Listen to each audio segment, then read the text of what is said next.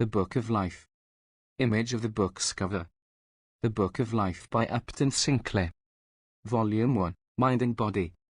Volume 2, Love and Society. Upton Sinclair, Pasadena, California. Wholesale distributors, The Payne Book Company, Chicago. Copyright 1921-1922 by Upton Sinclair, all rights reserved. 2. Kate Grain-Gartz.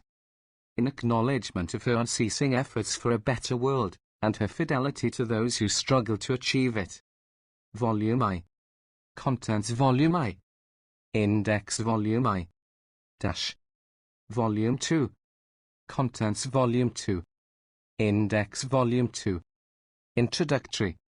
The writer of this book has been in this world some 42 years. That may not seem long to some, but it is long enough to have made many painful mistakes, and to have learned much from them. Looking about him, he sees others making these same mistakes, suffering for lack of that same knowledge which he has so painfully acquired. This being the case, it seems a friendly act to offer his knowledge, minus the blunders and the pain. There come to the writer literally thousands of letters every year, asking him questions, some of them of the strangest. A man is dying of cancer, and do I think it can be cured by a fast? A man is unable to make his wife happy, and can I tell him what is the matter with women? A man has invested his savings in mining stock, and can I tell him what to do about it? A man works in a sweatshop, and has only a little time for self-improvement, and will I tell him what books he ought to read? Many such questions every day make one aware of a vast mass of people, earnest, hungry for happiness, and groping as if in a fog.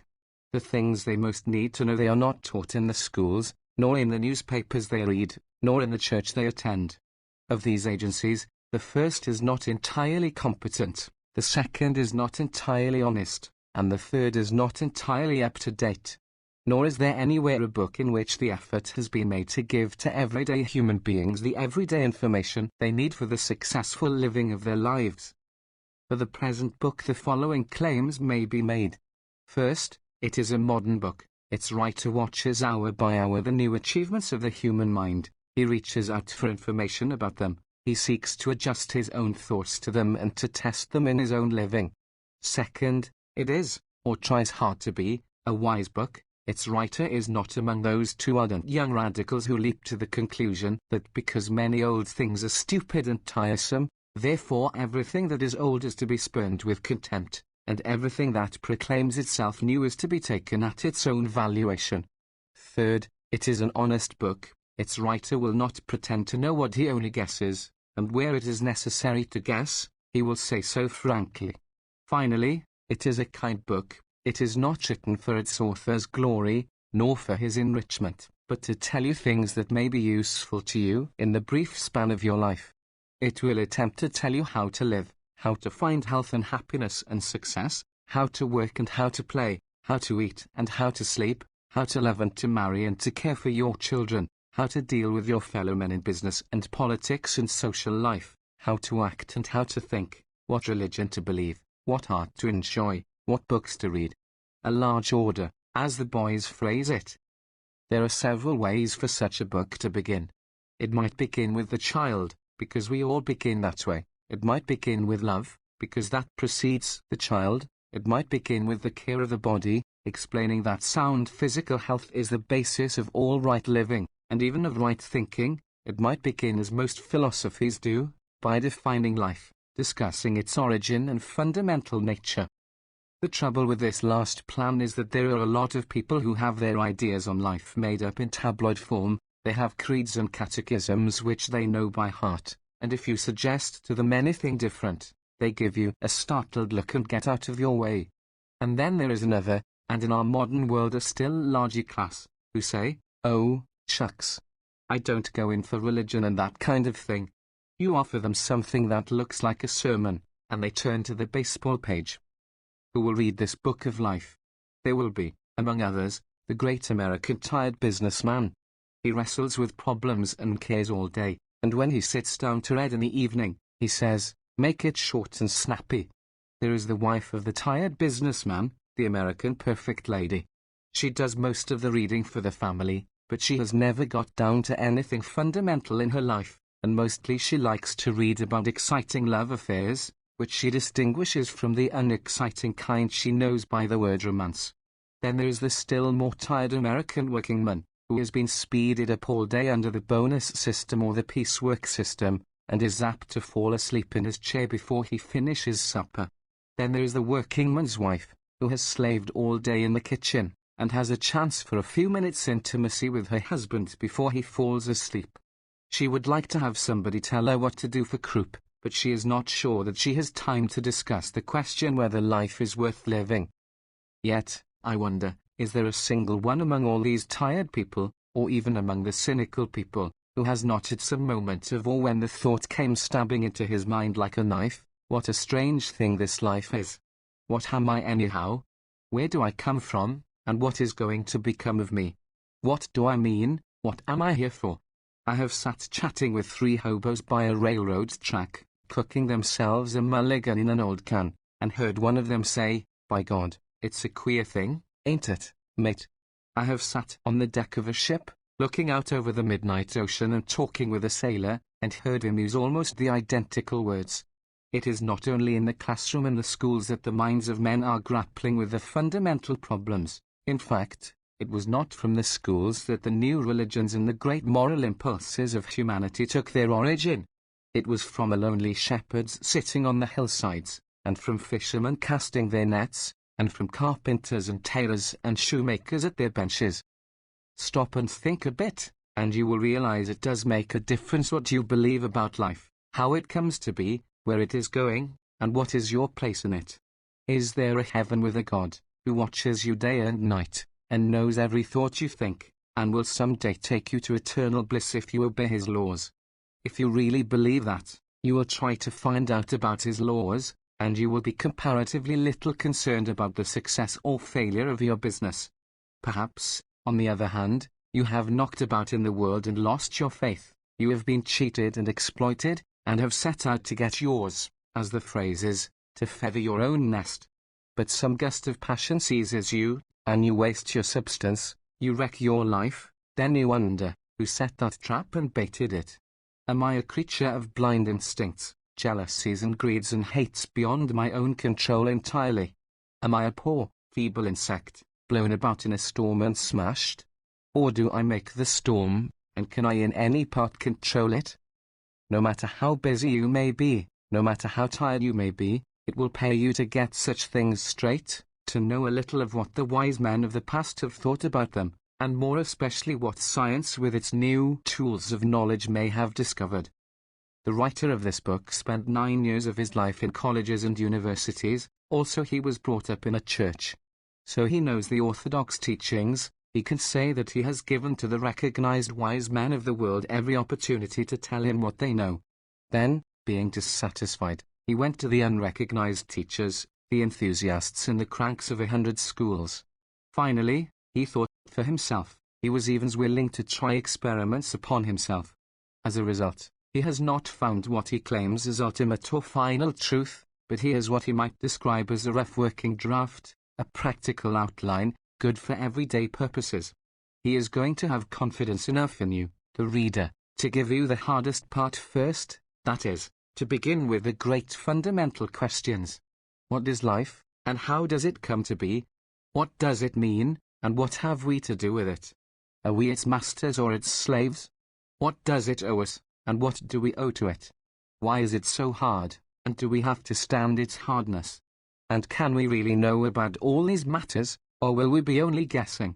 Can we trust ourselves to think about them, or shall we be safer if we believe what we are told? Shall we be punished if we think wrong, and how shall we be punished? Shall we be rewarded if we think right, and will the pay be worth the trouble? Such questions as these I am going to try to answer in the simplest language possible. I would avoid long words altogether, if I could, but some of these long words mean certain definite things, and there are no other words to serve the purpose. You do not refuse to engage in the automobile business because the carburetor and the differential are words of 4 syllables.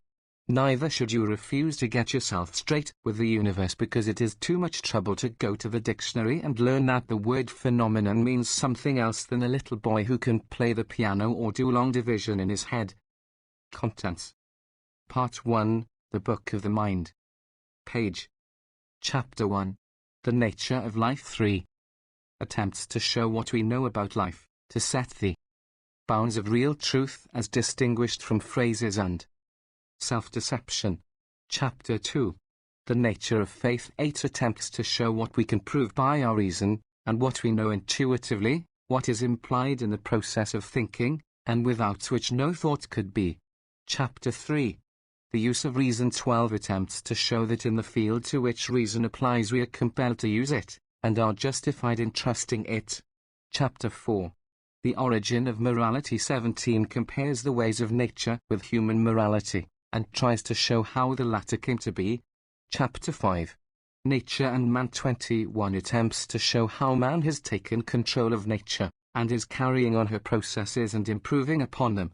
Chapter 6. Man the Rebel. 27 shows the transition stage between instinct and reason, in which man finds himself, and how he can advance to a securer condition. Chapter 7. Making Our Morals. 31 attempts to show that human morality must change to fit human facts, and there can be no judge of it save human reason. Chapter 8. The Virtue of Moderation. 37 attempts to show that wise conduct is an adjustment of means to ends, and depends upon the understanding of a particular set of circumstances. Chapter 9. The Choosing of Life. 42 discusses the standards by which we may judge what is best in life, and decide what we wish to make of it. Chapter 10. Myself and My Neighbor. 50 compares the new morality with the old, and discusses the relative importance of our various duties. Chapter 11. The Mind and the Body. 53 discusses the interaction between physical and mental things, and the possibility of freedom in a world of fixed causes. Chapter 12. The Mind of the Body. 61 discusses the subconscious mind, what it is, what it does to the body, and how it can be controlled and made use of by the intelligence. Chapter 13. Exploring the Subconscious. 67 discusses automatic writing, the analysis of dreams, and other methods by which a new universe of life has been brought to human knowledge. Chapter 14. The Problem of Immortality. 74 discusses the survival of personality from the moral point of view, that is, have we any claim upon life, entitling us to live forever? Chapter 15. The Evidence for Survival. 81 discusses the data of psychic research, and the proofs of spiritism thus put before us. Chapter 16. The Powers of the Mind. 91 sets forth the fact that knowledge is freedom and ignorance is slavery, and what science means to the people. Chapter 17. The Conduct of the Mind. 98 concludes the Book of the Mind with a study of how to preserve and develop its powers for the protection of our lives and the lives of all men. Part 2. The Book of the Body. Chapter 13. The Unity of the Body. 105 discusses the body as a whole, and shows that health is not a matter of many different organs and functions, but is one problem of one organism. Chapter 19. Experiments in Diet. 115 narrates the author's adventures in search of health, and his conclusions as to what to eat. Chapter 20. Errors in Diet. 123 discusses the different kinds of foods, and the part they play in the making of health and disease. Chapter 21. Diet Standards. 134 discusses various foods and their food values, the quantities we need, and their money cost. Chapter 22. Foods and Poisons. 145 concludes the subject of diet, and discusses the effect upon the system of stimulants and narcotics. Chapter 23. More about health. 156 discusses the subjects of breathing and ventilation, clothing, bathing and sleep. Chapter 24. Work and Play. 163 deals with the question of exercise, both for the idle and the overworked. Chapter 25. The Fasting Cure. 169 deals with nature's own remedy for disease, and how to make use of it. Chapter 26. Breaking the Fast 177 discusses various methods of building up the body after a fast, especially the milk diet. Chapter 27. Diseases and Cures 182 discusses some of the commoner human ailments, and what is known about their cause and cure. Index Volume I. Part 1. The Book of the Mind. Chapter 1. The Nature of Life, attempts to show what we know about life, to set the bounds of real truth as distinguished from phrases and self-deception. If I could, I would begin this book by telling you what life is. But unfortunately I do not know what life is. The only consolation I can find is in the fact that nobody else knows either. We ask the churches, and they tell us that male and female created them, and put them in the Garden of Eden, and they would have been happy had not Satan tempted them. But then you ask, who made Satan, and the explanation grows vague. You ask, if God made Satan, and knew what Satan was going to do, is it not the same as if God did it himself? So this explanation of the origin of evil gets you no further than a Hindu picture of the world resting on the back of a tortoise, and the tortoise on the head of a snake, and nothing said as to what the snake rests on. Let us go to the scientist. I know a certain physiologist, perhaps the greatest in the world, and his eager face rises before me, and I hear his quick, impetuous voice declaring that he knows what life is. He has told it in several big volumes, and all I have to do is to read them. Life is a tropism, caused by the presence of certain combinations of chemicals. My friend knows this, because he has produced the thing in his test tubes. He is an exponent of a way of thought called monism, which finds the ultimate source of being in forms of energy manifesting themselves as matter. He shows how all living things arise from it and sink back into it. But question this scientist more closely. What is this matter that you are so sure of? How do you know it? Obviously, through sensations. You never know matter itself, you only know its effects upon you, and you assume that the matter must be there to cause the sensation.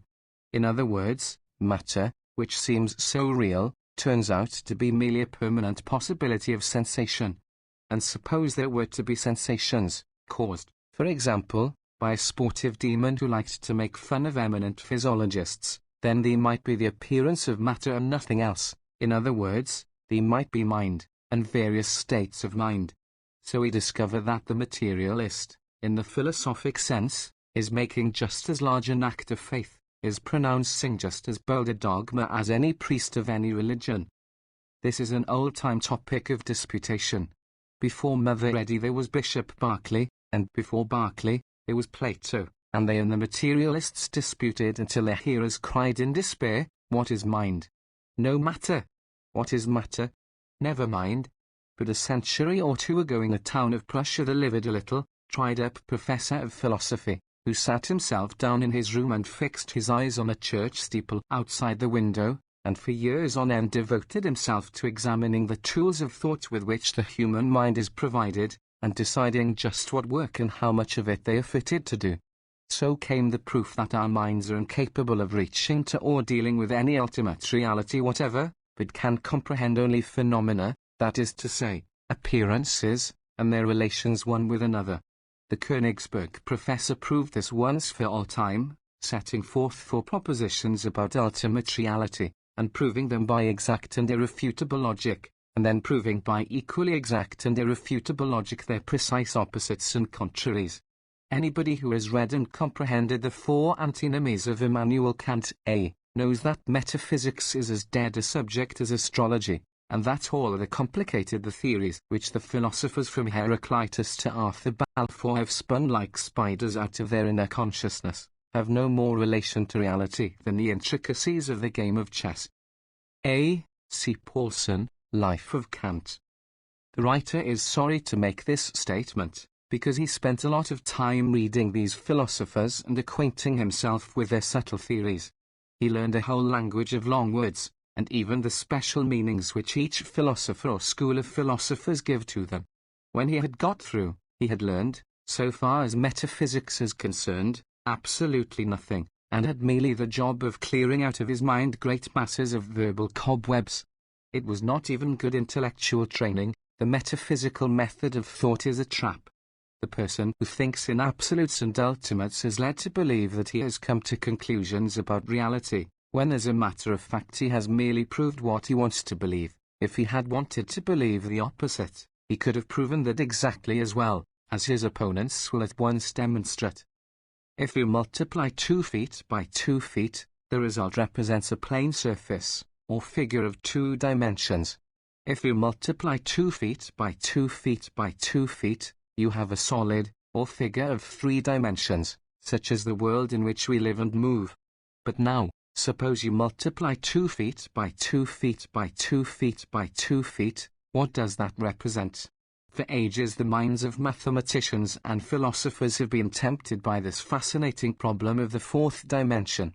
They have worked out by analogy what such a world would be like.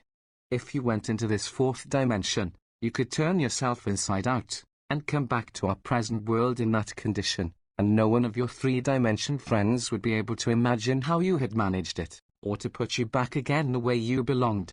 And in this, it seems to me, we have the perfect analogy of metaphysical thinking. It is the 4th dimension of the mind, and plays as much havoc with sound thinking as a physical 4th dimension would play with, say, the prison system. A man who takes up an absolute, God, immortality, the origin of being, a first cause, free will, absolute right or wrong, infinite time or space, final truth, original substance, the thing in itself, that man disappears into a 4th dimension, and turns himself inside out or upside down or hindsight foremost, and comes back and exhibits himself in triumph. Then, when he is ready, he effects another disappearance, and another change, and is back on earth an ordinary human being. The world is full of schools of thought, theologians and metaphysicians and professors of academic philosophy, transcendentalists and theosophists and Christian scientists, who perform such mental monkey shines continuously before our eyes. They prove what they please, and the fact that no 2 of them prove the same thing makes clear to us in the end that none of them has proved anything. The Christian scientist asserts that there is no such thing as matter, but that pain is merely a delusion of mortal mind. He continues serene in this faith until he runs into an automobile and sustains a compound fracture of the femur, whereupon he does exactly what any of the rest of us do, goes to a competent surgeon and has the bone set. On the other hand, some devoted young socialists of my acquaintance have read Haeckel and Diogenes, and adopted the dogma that matter is the first cause, and that all things have grown out of it and return to it. They have seen that the brain decays after death. They declare that the soul is a function of the brain, and because of such theories they deliberately reject the most powerful modes of appeal whereby men can be swayed to faith in human solidarity. The best books I know for the sweeping out of metaphysical cobwebs are The Philosophy of Common Sense and The Creed of a Layman, by Frederick Harrison, leader of the English Positivists, a school of thought established by Auguste Comte. But even as I recommend these books, I recall the dissatisfaction with which I left them, for it appears that the positivists have their dogmas like all the rest. Mr. Harrison is not content to say that mankind has not the mental tools for dealing with ultimate realities. He must needs prove that mankind never will and never can have these tools. I look back upon the long process of evolution and ask myself, what would an oyster think about positivism? What would be the opinion of, let us say, a young turnip on a subject of Mr. Frederick Harrison's thesis? It may well be that the difference between a turnip and Mr. Harrison is not so great as will be the difference between Mr. Harrison and that soup race which some day takes possession of the earth and of all the universe.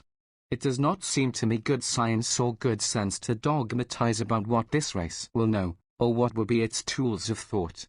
What does seem to me good science and good sense is to take the tools which we now possess and use them to their utmost capacity. What is it that we know about life? We know a seemingly endless stream of sensations which manifest themselves in certain ways, and seem to inhere in what we call things and beings. We observe incessant change in all these phenomena, and we examine these changes and discover their ways.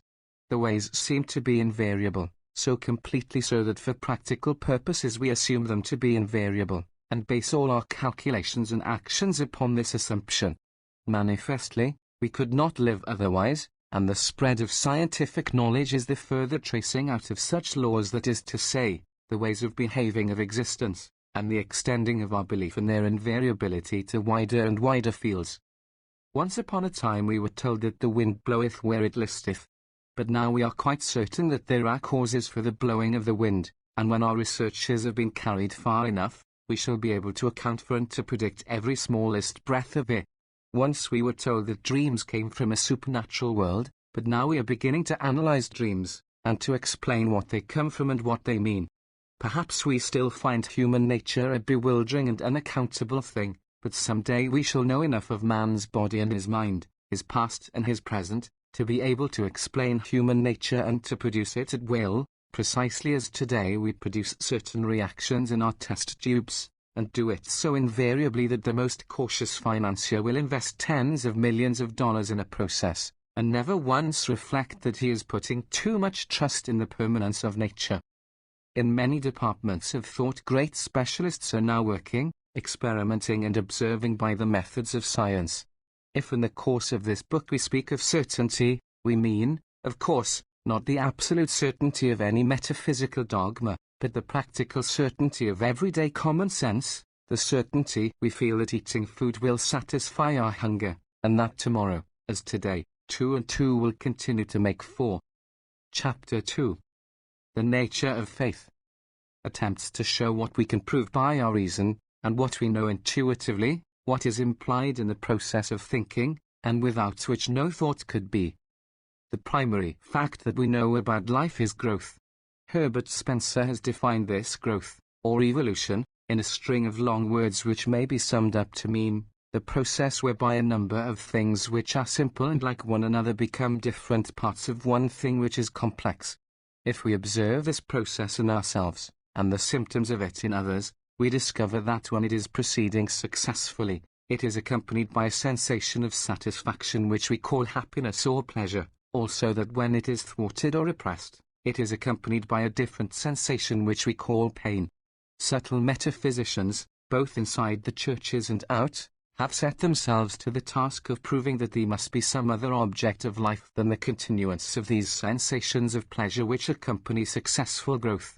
They have proven to their own satisfaction that morality will collapse and human progress came to an end unless we can find some other motive, something more permanent and more stimulating, something higher, as they phrase it. All I can say is that I gave reverent attention to the arguments of these moralists and theologians, and that for many years I believed their doctrines, but I believe them no longer. I interpret the purpose of life to be the continuous unfoldment of its powers, its growth into higher forms, that is to say, forms more complex and subtly contrived, capable of more intense and enduring kinds of that satisfaction which is nature's warrant of life. If you wish to take up this statement and argue about it, please wait until you have read the chapter Nature and Man, and noted my distinction between instinctive life and rational life. For men, the word growth does not mean any growth, all growth, blind and indiscriminate growth. It does not mean growth for the tubercle bacillus, nor growth for the Anopheles mosquito, nor growth for the housefly, the spider and the louse. Neither do we mean that the purpose of man's own life is any pleasure, all pleasure, blind and indiscriminate pleasure, the pleasure of alcohol, the pleasure of cannibalism, the pleasure of the modern form of cannibalism which we call making money. We have survived in the struggle for existence by the cooperative and social use of our powers of judgment, and our judgment is that which selects among forms of growth, which gives preference to wheat and corn over weeds, and to self-control and honesty over treachery and greed. So when we say that the purpose of life is happiness, we do not mean to turn mankind loose at a hog trough. We mean that our duty as thinkers is to watch life, to test it, to pick and choose among the many forms it offers, and to say, this kind of growth is more permanent and full of promise, it is more fertile, more deeply satisfactory, therefore, we choose this, and sanction the kind of pleasure which it brings. Other kinds we decide are temporary and delusive, therefore we put in jail anyone who sells alcoholic drink, and we refuse to invite to our home people who allude, and someday we shall not permit our children to attend moving picture shows in which the modern form of cannibalism is glorified. The reader, no doubt, has been taught a distinction between science and faith. He is saying now, you believe that everything is to be determined by human reason? You reject all faith. I answer, no, I am not rejecting faith, I am merely refusing to apply it to objects with which it has nothing to do. You do not take it as a matter of faith that a package of sugar weighs a pound, you put it on the scales and find out, in other words, you make it a matter of experiment. But all the creeds of all the religious sects are full of pronouncements which are no more matters of faith than the question of the weighing of sugar. Is pork a wholesome article of food or is it not? All Christians will readily acknowledge that this is a matter to be determined by the microscope and other devices of experimental science, but then some Jew rises in the meeting and puts the question, is dancing injurious to the character? And immediately all members of the Methodist Episcopal Church vote to close the discussion. What is faith? Faith is the instinct which underlies all being, assuring us that life is worthwhile and honest, a thing to be trusted. In other words, it is the certainty that successful growth always is and always will be accompanied by pleasure. The most skeptical scientist in the world, even my friend the physiologist who proves that life is nothing but a tropism, and can be produced by mixing chemicals in test tubes, this eager friend is one of the most faithful men I know. He is burning up with the faith that knowledge is worth possessing, and also that it is possible of attainment. With what boundless scorn would he receive any suggestion to the contrary? For example, the idea that life might be a series of sensations which some sportive demon is producing for the torment of man. More than that, this friend is burning up with the certainty that knowledge can be spread, that his fellow men will receive it and apply it, and that it will make them happy when they do. Why else does he write his learned books in defense of the materialist philosophy? And that same faith which animates the great monist animates likewise every child who toddles off to school, and every chicken which emerges from an egg, and every blade of grass which thrusts its head above the ground. Not every chicken survives, of course, and all the blades of grass wither in the fall. Nevertheless, the seeds of grass are spread, and chickens make food for philosophers, and the great process of life continues to manifest its faith. In the end the life process produces man, who, as we shall presently see, takes it up, and judges it, and makes it over to suit himself. You will note from this that I am what is called an optimist, whereas some of the great philosophers of the world have called themselves pessimists. But I notice with a smile that these are often the men who work hardest of all to spread their ideas, and thus testify to the worthwhileness of truth and the perfectibility of mankind. There has come to be a saying among settlement workers and physicians, who are familiar with poverty and its effects upon life, that there are no bad babies and good babies, there are only sick babies and well babies. In the same way, I would say there are no pessimists and optimists, there are only mentally sick people and mentally well people. Everywhere throughout life, both animal and vegetable, health means happiness, and gives abundant evidence of that fact. All healthy life is satisfactory to itself. When it develops reason, it tries to find out why, and this is yet another testimony to the fact that having power and using it is pleasant. When I was in college the professor would propound the old question, would you rather be a happy pig or an unhappy philosopher? My answer always was, I would rather be a happy philosopher. The professor replied, perhaps that is not possible. But I said, I will prove that it is. Chapter 3. The use of reason. Attempts to show that in the field to which reason applies we are compelled to use it, and are justified in trusting it. The great majority of people are brought up to believe that some particular set of dogmas are objects of faith, and that there are penalties more or less severe for the application of reason to these dogmas. What particular set it happens to be is a matter of geography. In a crowded modern city like New York, it is a matter of the particular block on which the child is born. A child born on Hester Street will be taught that his welfare depends upon his never eating meat and butter from the same dish. A child born on 10th Avenue will be taught that it is a matter of his not eating meat on Fridays. A child born on Madison Avenue will be taught that it is a question of the precise metaphysical process by which bread is changed into human body and wine into human blood. Each of these children will be assured that his human reason is fallible, that it is extremely dangerous to apply it to this sacred subject, and that the proper thing to do is to accept the authority of some ancient tradition, or some institution, or some official, or some book for which a special sanction is claimed. Has there ever been in the world any revelation, outside of or above human reason? Could there ever be such a thing? In order to test this possibility, select for yourself the most convincing way by which a special revelation could be handed down to mankind. Take any of the ancient orthodox ways, the finding of graven tablets on a mountaintop, or a voice speaking from a burning bush, or an angel appearing before a great concourse of people and handing out a written scroll. Suppose that were to happen, let us say, at the next Yale-Harvard football game. Suppose the news were to be flashed to the ends of the earth that God had thus presented to mankind an entirely new religion.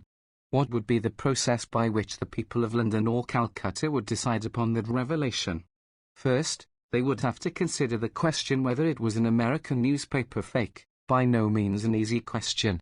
Second, they would have to consider the chances of its being an optical delusion.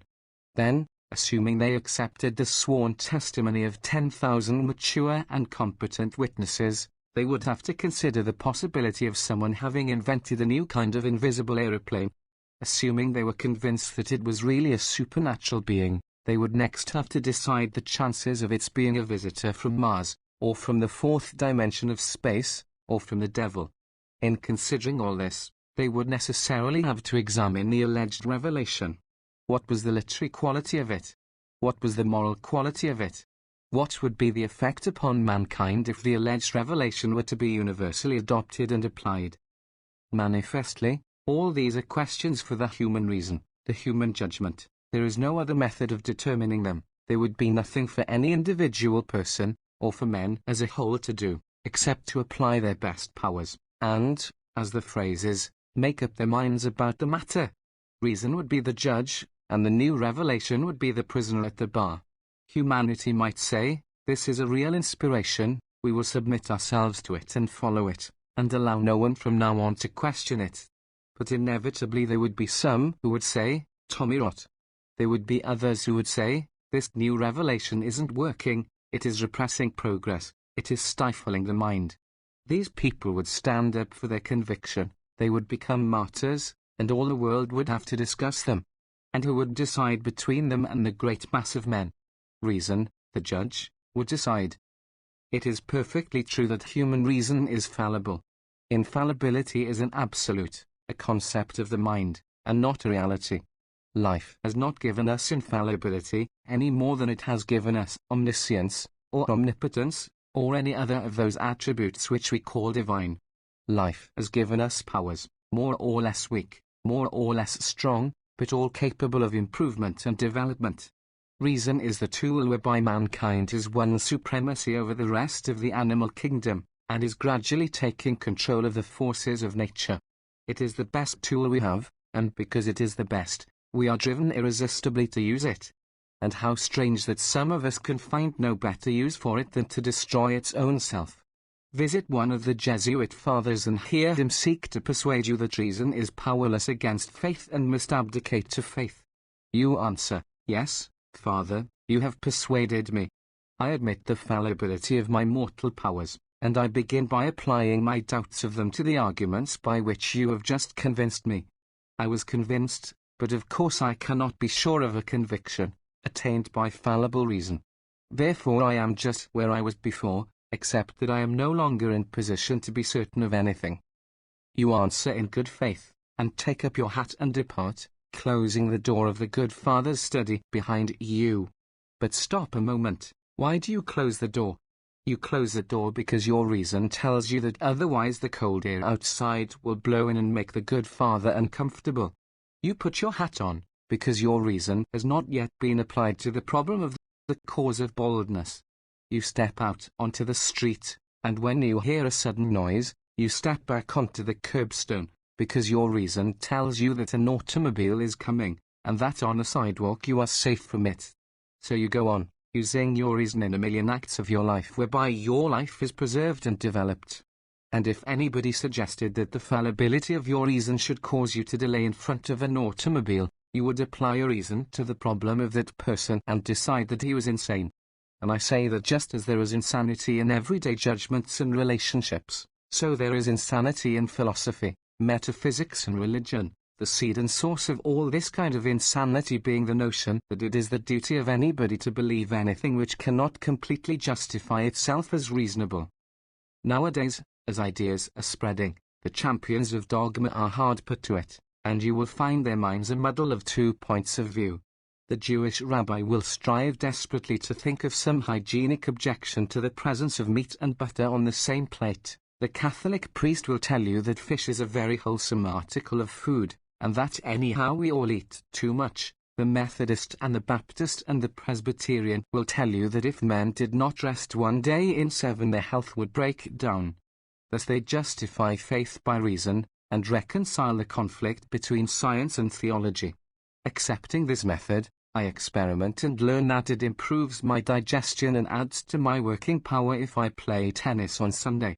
I follow this indisputably rational form of conduct, and find myself in conflict with the faith of the ancient state of Delaware, which obliges me to serve a term in its state's prison for having innocently and unwittingly desecrated its day of holiness. If you read Professor Berry's little book, A History of Freedom of Thought, you will discover that there has been a long conflict over the right of men to use their minds, and the victory is not yet. The term free thinker, which ought to be the highest badge a man could wear, is still almost everywhere throughout America a term of vague terror.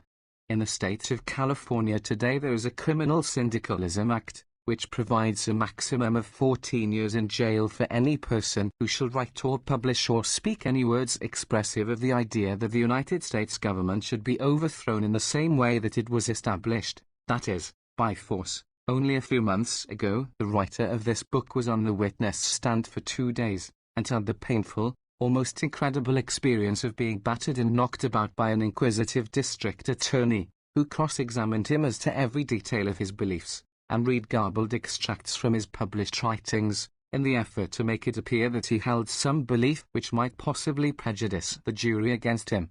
The defendant in this case, a returned soldier who had spent 3 years as a volunteer in the trenches, and had been twice wounded and once gassed, was accused, not merely of approving the Soviet form of government, but also of having printed uncomplimentary references to priests and religious institutions. Nowadays it is the propertied class which has taken possession of the powers of government, and which presumes to censor the thinking of mankind in its own interest.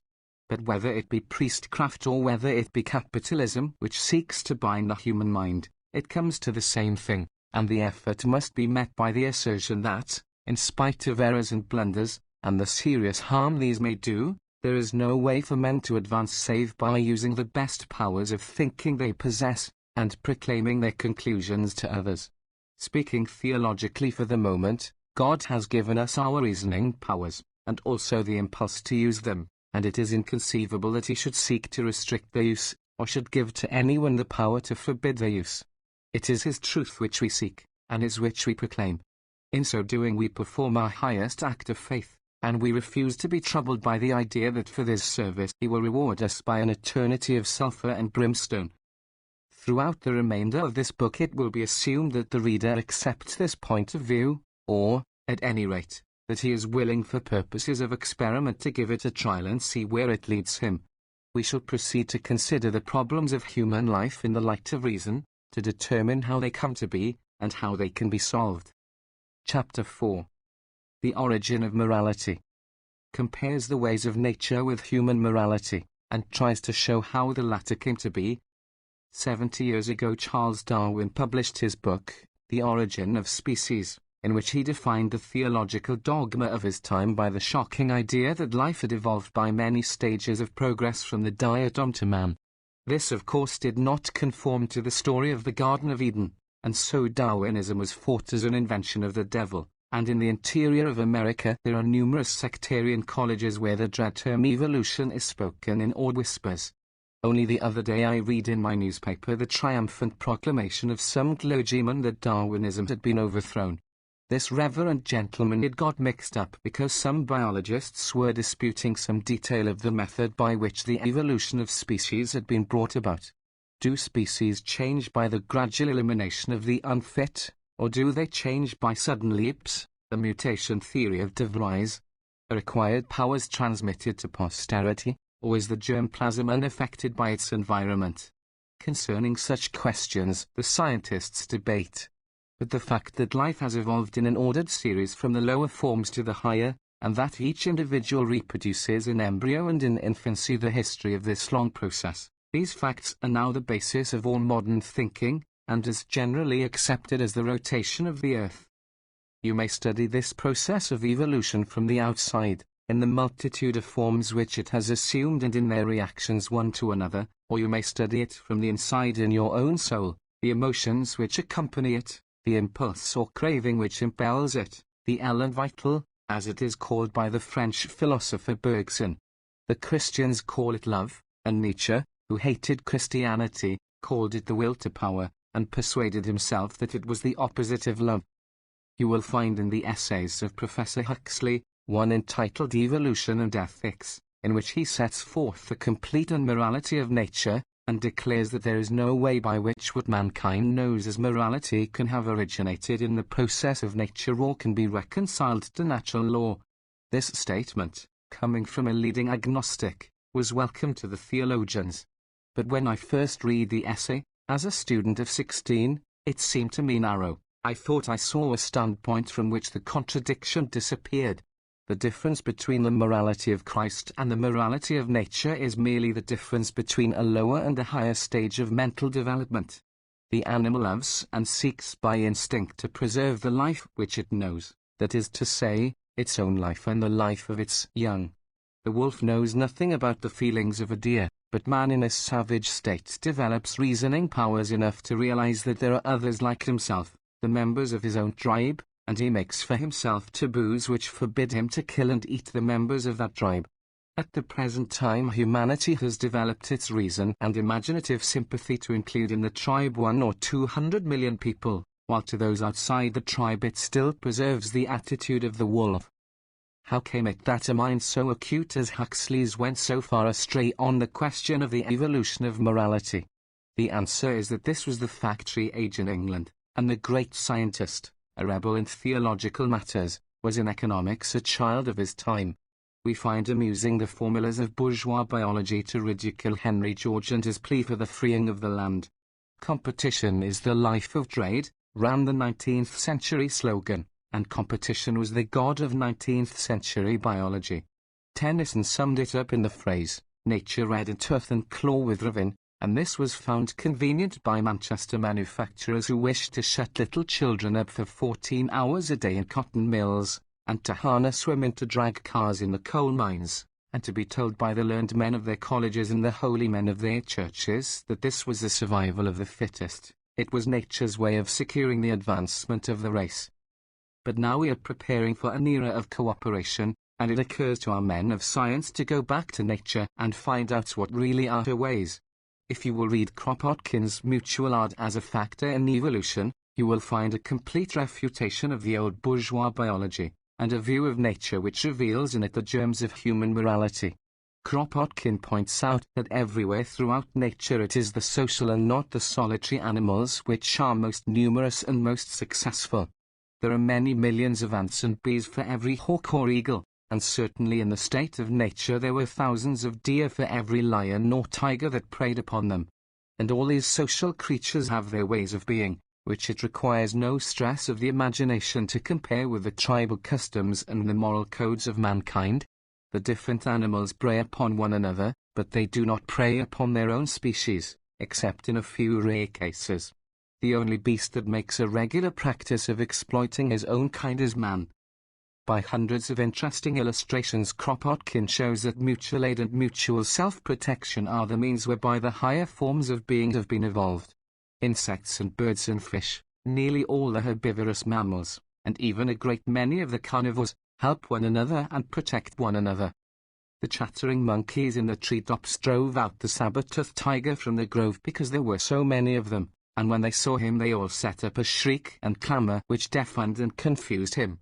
And when by and by these monkeys developed an opposed thumb, and broke off a branch of a tree for a club, and fastened a sharp stone on the end of it for an axe, and fell upon the saber-toothed tiger and exterminated him, they did it because they had learned solidarity, even as the workers of the world are today learning solidarity in the face of the beast of capitalism. Man has survived by the cunning of his brain, we are told, and that is true. But first among the products of that cunning brain has been the knowledge that by himself he is the most helpless and pitiful of creatures, while standing together and forming societies and developing moralities, he is master of the world. He has not yet learned that lesson entirely, he has learned it only for his own nation. Therefore he takes the highest skill of his hand and the subtlest wit of his brain, and uses them to manufacture poison gases. At the present hour he is painfully realizing that his poison formula has all become known to the tribes whom he calls his enemies, and so it is his own destruction he is engaged in contriving. In other words, man has come to a time when his mechanical skill, his mastery over the forces of nature, has developed more rapidly than his moral sense and his imaginative sympathy. His ability to destroy life has become dangerously greater than his desire to preserve it. So he confronts the fair face of nature as an insane creature, wrecking not merely everything that he himself has built up, but everything that nature has built in the ages before him.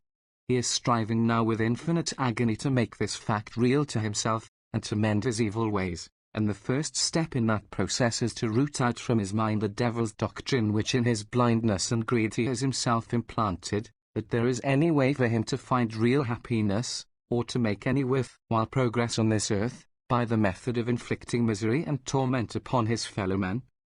Chapter 5. Nature and Man. Attempts to show how man has taken control of nature, and is carrying on her processes and improving upon them. If the argument of the preceding chapter is sound, human morality is not a fixed and eternal set of laws, but is, like everything else in the world, a product of natural evolution. We can trace the history of it, just as we trace the story of the rocks. It is not a mysterious or supernatural thing, it is simply the reaction of man to his environment, and more especially to his fellow men. The source of it is that same inner impulse, that love of life, that joy in growing, that faith which appears to be the soul of all being. Man is a part of nature and a product of nature. In many fundamental respects his ways are still nature's ways and his laws still nature's laws.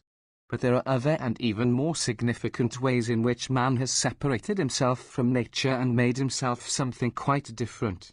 In order to reveal this clearly, we draw a distinction between nature and man.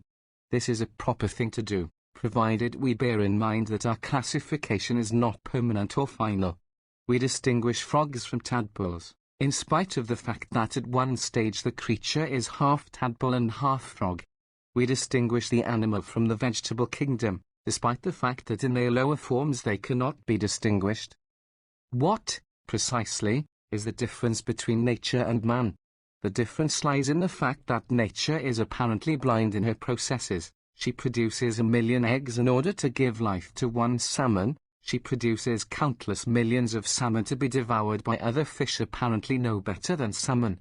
Poets may take up the doctrine of evolution and dress it out in theological garments, talking about the one far-off divine event towards which the whole creation moves, but for all we can see, nature, apart from man, is just as well satisfied to move in circles, and to come back exactly where she started. Nature made a whole world of complicated creatures in the steamy, lukewarm swamps of the Mesozoic era, and then, as if deciding that the pattern of a large body and a small brain was not a success, she froze them all to death with a glacial epoch, and we have nothing but the bones to tell us about them. No one understands anything about evolution until he has realized that the phrase "the survival of the fittest" does not mean the survival of the best from any human point of view. It merely means the survival of those capable of surviving in some particular environment. We consider our present civilization as fit, but if astronomical changes should cause another ice age, we should discover that our fitness depended upon our ability to live on lichens, or on something we could grow by artificial light in the bowels of the earth. So much for our ancient mother, nature. But now, whether we say with the theologians that it was divine providence, or with the materialist philosophers that it was an accidental mixing of atoms, at any rate it has come about that nature has recently produced creatures who are conscious of her process, who are able to observe and criticize it, to take up her work and carry it on in their own way, for better or for worse. Whether by accident or design, There has been on parts of our planet such a combination of climate and soil as has brought into being a new product of nature, a heightened form of life which we call intelligence. Creation opens its eyes, and beholds the work of the Creator, and decides that it is good, yet not so good as it might be. Creation takes up the work of the Creator, and continues it, in many respects annulling it, in other respects revising it entirely. Whether a sonnet is a better or a higher product than a spider is a question it would be futile to discuss, but this, at least, should be clear. Nature has produced an infinity of spiders, but nature never produced a sonnet, nor anything resembling it. Man, the creature of God, takes over the functions of God. This fact may shock us, or it may inspire us. To the metaphysically minded it offers a great variety of fascinating problems. Can it be that God is in process of becoming, that there is no God until he has become, in us and through us? H. G.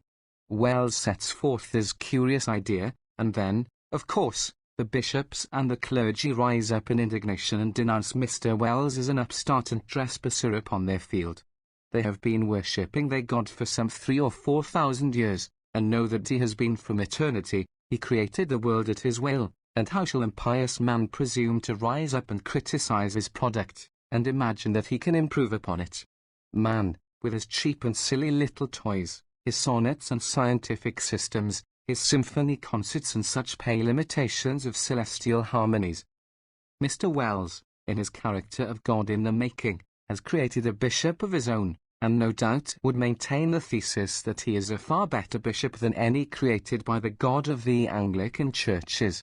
We will leave Mr. Wells' bishop to argue these problems with God's bishops, and will merely remind the reader of our warning about these metaphysical matters.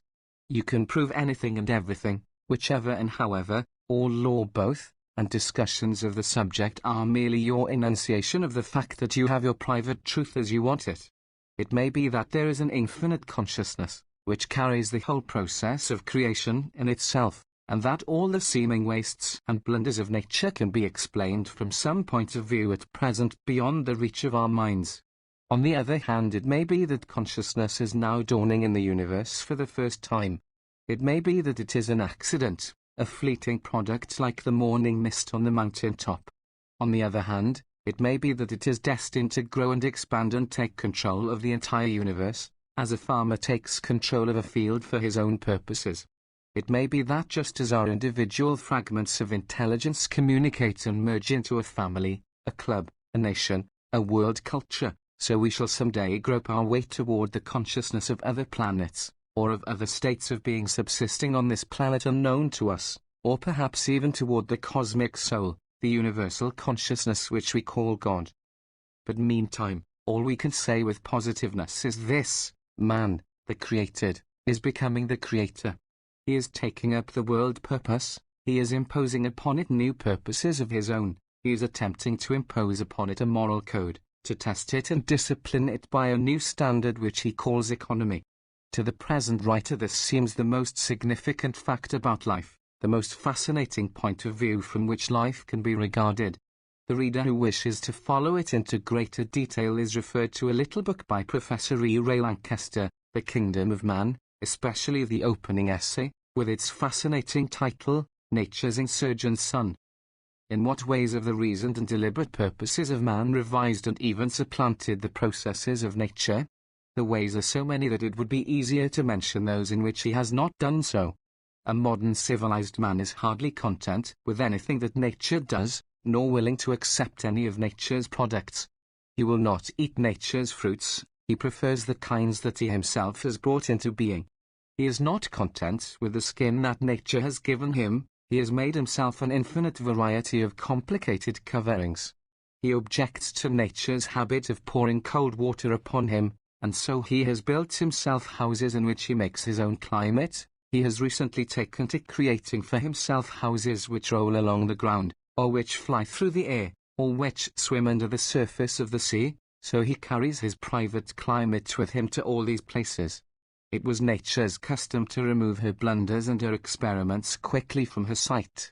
But man has decided that he loves life so well that he will preserve even the imbeciles, the lame and the halt and the blind.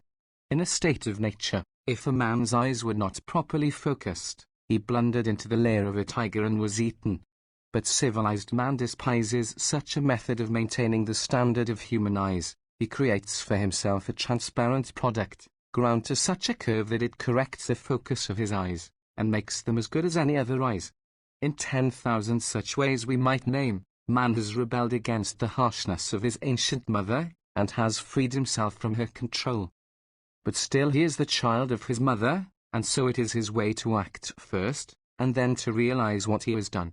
So it comes about that very few, even of the most highly educated men, are aware how completely the ancient ways of nature have been suppressed by her insurgent son.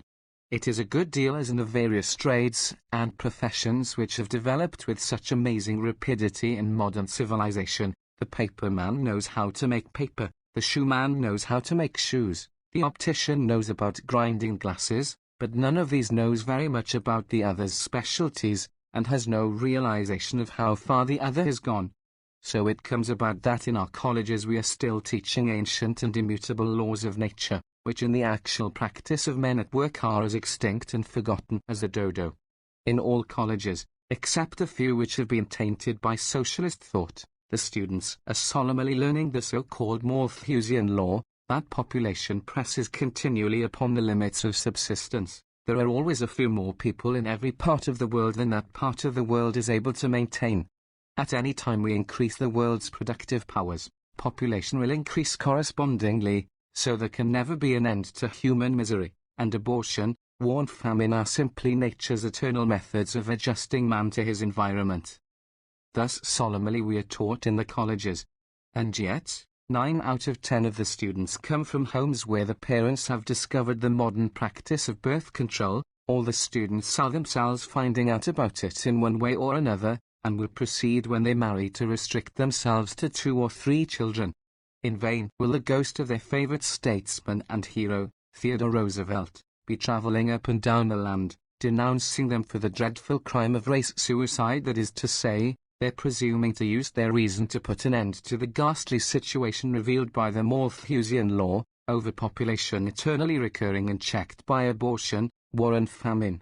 In vain will the ghost of their favorite saint and moralist, Anthony Comstock, be traveling up and down the land, putting people in jail for daring to teach to poor women what every rich woman knows, and for attempting to change the entirely man-made state of affairs whereby an intelligent and self-governing Anglo-Saxon land is being in 2 or 3 generations turned over to a slum population of Italians, Poles, Hungarians, Portuguese, French Canadians, Mexicans and Japanese. Likewise in every orthodox college the student is taught what his professors are pleased to call the law of diminishing returns of agriculture. That is to say, additional labor expended upon a plot of land does not result in an equal increase of produce, and the increase grows less, until finally you come to a time when no matter how much labor you expend, you can get no more produce from that plot of land. All professors teach this, because 50 years ago it was true, and since that time it has not occurred to any professor of political science to visit a farm. And all the while, out in the suburbs of the city where the college is located, market gardeners are practicing on an enormous scale a new system of intensive agriculture which makes the law of diminishing returns a foolish joke. As Kropotkin shows in his book, Fields, Factories and Workshops, the modern intensive gardener, by use of glass and the chemical test tube, has developed an entirely new science of plant raising. He is independent of climate, he makes his own climate, he is independent of the defects of the soil. He would just as soon start from nothing and make a soil upon an asphalt pavement. By doubling his capital investment he raises, not twice as much produce, but 10 times as much. If his methods were applied to the British Isles, he could raise sufficient produce on this small surface to feed the population of the entire globe. So we see that by simple and entirely harmless devices man is in position to restrict or to increase population as he sees fit. Also he is in position to raise food and produce the necessities of life for 100 or 1,000 times as many people as are now on the earth. But superstition ordains involuntary parenthood, and capitalism ordains that land shall be held out of use for speculation, or shall be exploited for rent. and this is done in the name of nature, the told nature of the tooth and claw, whose ancient plan it is that they shall take who have the power, and they shall keep who can, that ancient nature which has been so entirely suppressed and supplanted by civilized man, and which survives only as a ghost, a skeleton to be resurrected from the tomb, for the purpose of frightening the enslaved. When a predatory financier wishes a fur overcoat to protect himself from the cold, or when he hires a masseur to keep up the circulation of his blood, you do not find him troubling himself about the laws of nature. Never will he mention this old scarecrow, except when he is trying to persuade the workers of the world to go on paying him tribute for the use of the natural resources of the earth. Chapter 6. Man the Rebel shows the transition stage between instinct and reason, in which man finds himself, and how he can advance to a securer condition. In the state of nature you find every creature living a precarious existence, incessantly beset by enemies, and the creature survives only so long as it keeps itself at the top of its form. The result is the maintenance of the type in its full perfection, and, under the competitive pressure, a gradual increase of its powers. Excepting when sudden eruptions of natural forces occur, every creature is perfectly provided with a set of instincts for all emergencies. It is in harmonious relationship to its environment, it knows how to do what it has to do, and even its fears and its pains serve for its protection. But now comes man and overthrows this state of nature, abolishes the competitive struggle, and changes at his own insolent will both his environment and his reaction thereto. Man's changes are, in the beginning, all along one line. They are for his own greater comfort, the avoidance of the inconveniences of nature and the stresses of the competitive struggle. In a state of nature there are no fat animals, but in civilization there are not merely fat animals, but fat men to eat the fat animals. In a state of nature no animal loafs very long, it has to go out and hunt its food again. But man, by a superior cunning, compels the animals to work for him, and also his fellow men. So he produces unlimited wealth for himself. Not merely can he eat and drink and sleep all he wants, but he builds a whole elaborate set of laws and moral customs and religious codes about this power. He invents manners and customs and literatures and arts, expressive of his superiority to nature and to his fellow men, and of his ability to enslave and exploit them. So he destroys for his imperious self the beneficent guardianship which nature had maintained over him. He develops 1,000 complicated diseases, 1,000 monstrous abnormalities of body and mind and spirit. And each one of these diseases and abnormalities is a new life of its own. It develops a body of knowledge, a science, and perhaps an art. It becomes the means of life, the environment and the determining destiny of thousands, perhaps millions, of human beings. So continues the growth of the colossal structure which we call civilization, in part still healthy and progressive, but in part as foul and deadly as a gigantic cancer. What is to be done about this cancer? First of all, it must be diagnosed, the extent of it precisely mapped out and the causes of it determined. Man, the rebel, has rejected his mother nature, and has lost and for the most part forgotten the instincts with which she provided him. He has destroyed the environment which, however harsh to the individual, was beneficent to the race, and has set up in the place of it a gigantic pleasure house, with talking machines and moving pictures and soda fountains and manicure parlors and gents' furnishing establishments. Shall we say that man is to go back to a state of nature, that he shall no longer make asylums for the insane and homes for the defective, eyeglasses for the astigmatic and malted milk for the dyspeptic? There are some who preach that. Among the multitude of strange books and pamphlets which come in my mail, I found the other day a volume from England, Social Chaos and the Way Out, by Alfred Baker Reed, a learned and imposing tome of 364 pages, wherein with all the paraphernalia of learning it is gravely maintained that the solution for the ills of civilization is a return to the ancient Greek practice of infanticide. Every child at birth is to be examined by a committee of physicians, and if it is found to possess any defect, or if the census has established that there are enough babies in the world for the present, this baby shall be mercifully and painlessly asphyxiated. You might think that this is a joke, after the fashion of Swift's proposal for eating the children of famine-stricken Ireland. I have spent some time examining this book before I risk committing myself to the statement that it is the work of a sober scientist, with no idea whatever of fun. If we are going to think clearly on this subject, the first point we have to understand is that nature has nothing to do with it. We cannot appeal to nature, because we are many thousands of years beyond her sway.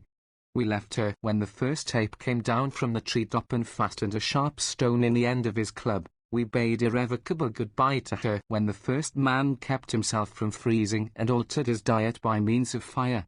Therefore, it is no argument to say that this, that, or the other remedy is unnatural. Our choice will lie among 1,000 different courses, but the one thing we may be sure of is that none of them will be natural.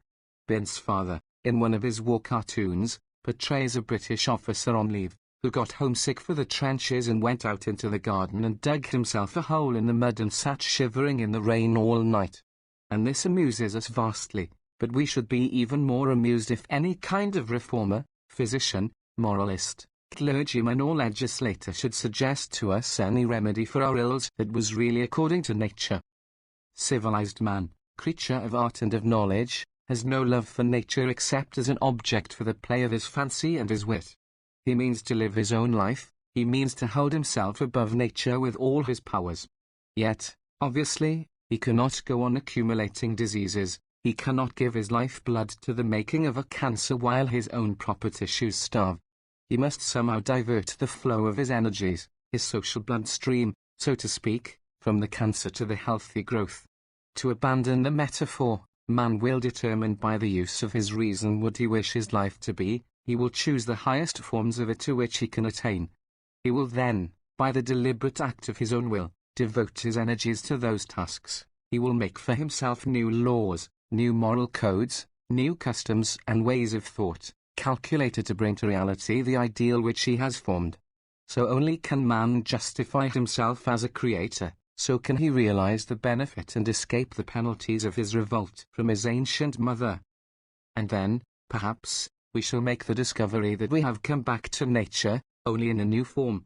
Nature, harsh and cruel, wasteful and blind as we call her, yet had her deep wisdom, she cared for the species, she protected and preserved the type. Man, in his new pride of power, has invented a philosophy which he dignifies by the name of individualism. He lives and works for himself, he chooses to wear silk shirts, and to break the speed limit, and to pin ribbons and crosses on his chest. Now what he must do with his new morality, if he wishes to save himself from degeneration, is to manifest the wisdom and far vision of the old mother whom he spurned, and to say to himself, deliberately, as an act of high daring, I will protect the species, I will preserve the type, I will deny myself the raptures of alcoholic intoxication, because it damages the health of my offspring. I will deny myself the amusement of sexual promiscuity for the same reason. I will devise imitations of the chase and of battle in order that I may keep my physical body up to the best standard of nature. Because I understand that all civilized life is based upon intelligence, I will acquire knowledge and spread it among my fellow men. Because I perceive that civilization is impossible without sympathy, and because sympathy makes it impossible for me to be happy while my fellow men are ignorant and degraded, therefore I dedicate my energies to the extermination of poverty, war, parasitism and all forms of exploitation of man by his fellows. Professor William James is the author of an excellent essay entitled A Moral Equivalent for War. He sets forth the idea that men have loved war through the ages because it has called forth their highest efforts, has made them more fully aware of the powers of their being. He asks, may it not be possible for man, of his own free impulse, born of his love of life and the wonderful potentialities which it unfolds, to invent for himself a discipline, a code based, not upon the destruction of other men and their enslavement, but upon cooperative emulation in the unfoldment of the powers of the mind? That this can be done by men, I have never doubted. That it will be done, and done quickly, has been made certain by the late world conflict, which has demonstrated to all thinking people that the progress of the mechanical arts has been such that man is now able to inflict upon his own civilization more damage than it is able to endure. Chapter 7. Making our morals. Attempts to show that human morality must change to fit human facts, and there can be no judge of it save human reason. Assuming the argument of the preceding chapters to be accepted, it appears that human life is in part at least a product of human will, guided by human intelligence. Man finds himself in the position of the crew of a ship in the middle of the ocean. He does not know exactly how the ship was made, or how it came to be in its present position, but he has discovered how the engines are run, and how the ship is steered, and the meaning of the compass. So now he takes charge of the ship, and keeps it afloat amid many perils, and meantime, on a bridge of the vessel, there goes on a furious argument over the question what port the ship shall be steered to and what chart shall be used. It is not well as a rule to trust to similes, but this simile is useful because it helps us to realize how fluid and changeable are the conditions of man's life, and how incessant and urgent the problems with which he finds himself confronted. The moral and legal codes of mankind may be compared to the steering orders which are given to the helmsman of the vessel. Northeast by north, he is told, and if during the night a heavy wind arises, and pushes the bow of the vessel off to starboard, then the helmsman has to push the wheel in the opposite direction. If he does not do so, he may find that his vessel is swung around and is going to some other part of the world. Next morning the passengers may wake up and find the ship on the rocks, because the helmsman persisted in following certain steering directions which were laid down in an ancient Hebrew book 2,000 or 3,000 years ago. If life is a continually changing product, then the laws which govern conduct must also be continually changing, and morality is a problem of continuous adjustment to new circumstances and new needs. If man is free to work upon this changing environment, he must be free to make new tools and devise new processes. If it is the task of reason to choose among many possible courses and many possible varieties of life, then clearly it is man's duty to examine and revise every detail of his laws and the customs and moral codes. This is, of course, in flat contradiction to the teachings of all religions. So far as I know, there is no religion which does not teach that the conduct of man in certain matters has been eternally fixed by some higher power, and that it is man's duty to conform to these rules. It is considered to be wicked even to suggest any other idea. In fact, to do so is the most wicked thing in the world, far more dangerous than any actual infraction of the code, whatever it may be. Let us see how this works out in practice. Let us take, for a test, the 10 Commandments. These commandments were graven upon stone tablets some 4,000 years ago, and are supposed to have been valid ever since. Thou shalt not kill, is one. Others phrase it, thou shalt do no murder, and in this double version we see at once the beginnings of controversy. If you are a Quaker, you accept the former version, while if you are a member of the military general staff of your country you accept the latter. You maintain the right to kill your fellow men, provided that those who do the killing have been previously clad in a special uniform, indicating their distinctive function as killers of their fellow men. You maintain, in other words, the right of making war, and presently, when you get into making war, you find yourself maintaining the right to kill, not merely by the old established method of the sword and the bullet, but by means of poison gases which destroy the lives of women and children, perhaps a whole city full at a time. And also, of course, you maintain the right to kill, provided the killing has been formally ordered and sanctioned by a man who sits upon a raised bench and wears a black robe, and perhaps a powdered wig. You consider that by the simple device of putting this man into a black robe and a powdered wig, you endow him with authority to judge and revise the divine law. In other words, you subject this divine law to human reason, and if some religious fanatic refuses to be so subjected, you call him by the dread name pacifist, and if he attempts to preach his idea, you send him to prison for 10 or 20 years, which means in actual practice that you kill him by the slow effects of malnutrition and tubercular infection. If he is ordered to put on the special costume of killing, and refuses to do so, you call him a C.O., and you bully and beat him, and perhaps administer to him the water cure in your dungeons. Or take the commandment that we shall not commit adultery. Surely this is a law about which we can agree. But presently we discover that unhappily married couples desire to part, and that if we do not allow them to part, we actually cause the commission of a great deal more adultery than otherwise.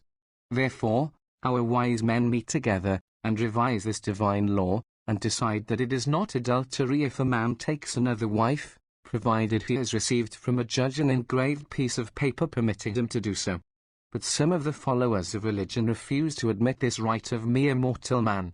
The Catholic Church attempts to enforce its own laws, and declares that people who divorce and remarry are really living in adultery and committing mortal sin. The Episcopal Church does not go quite so far as that. It allows the innocent party in the divorce to remarry. Other churches are content to accept the state law as it stands. Is it not manifest that all these groups are applying human reason, and nothing but human reason, to the interpreting and revising of their divine commandments? Or take the law, "Thou shalt not steal." Surely we can all agree upon that. Let us do so, but our agreement gets us nowhere, because we have to set up a human court to decide what is stealing. Is it stealing to seize upon land, and kill the occupants of it, and take the land for your own, and hand it down to your children forever? Yes, of course, that is stealing, you say, but at once you have to revise your statement. It is not stealing if it was done a sufficient number of years ago. In that case the results of it are sanctified by law, and held unchangeable forever. Also, we run up against the fact that it is not stealing, if it is done by the state, by men who have been dressed up in the costume of killers before they commit the act. Again, is it stealing to hold land out of use for speculation, while other men are starving and dying for lack of land to labor upon? Some of us call this stealing, but we are impolitely referred to as radicals, and if we venture to suggest that anyone should resist this kind of stealing, we are sentenced to slow death from malnutrition and tubercular infection. Again, is it stealing for a victim of our system of land monopoly to take a loaf of bread in order to save the life of his starving child? The law says that this is stealing, and sends the man to jail for this act, yet the common sense of mankind protests, and I have heard a great many respectable Americans venture so far in radicalism as to say that they themselves would steal under such circumstances. One could pile up illustrations without limit, but this is enough to make clear the point, that it is perfectly futile to attempt to talk about divine rules for human conduct.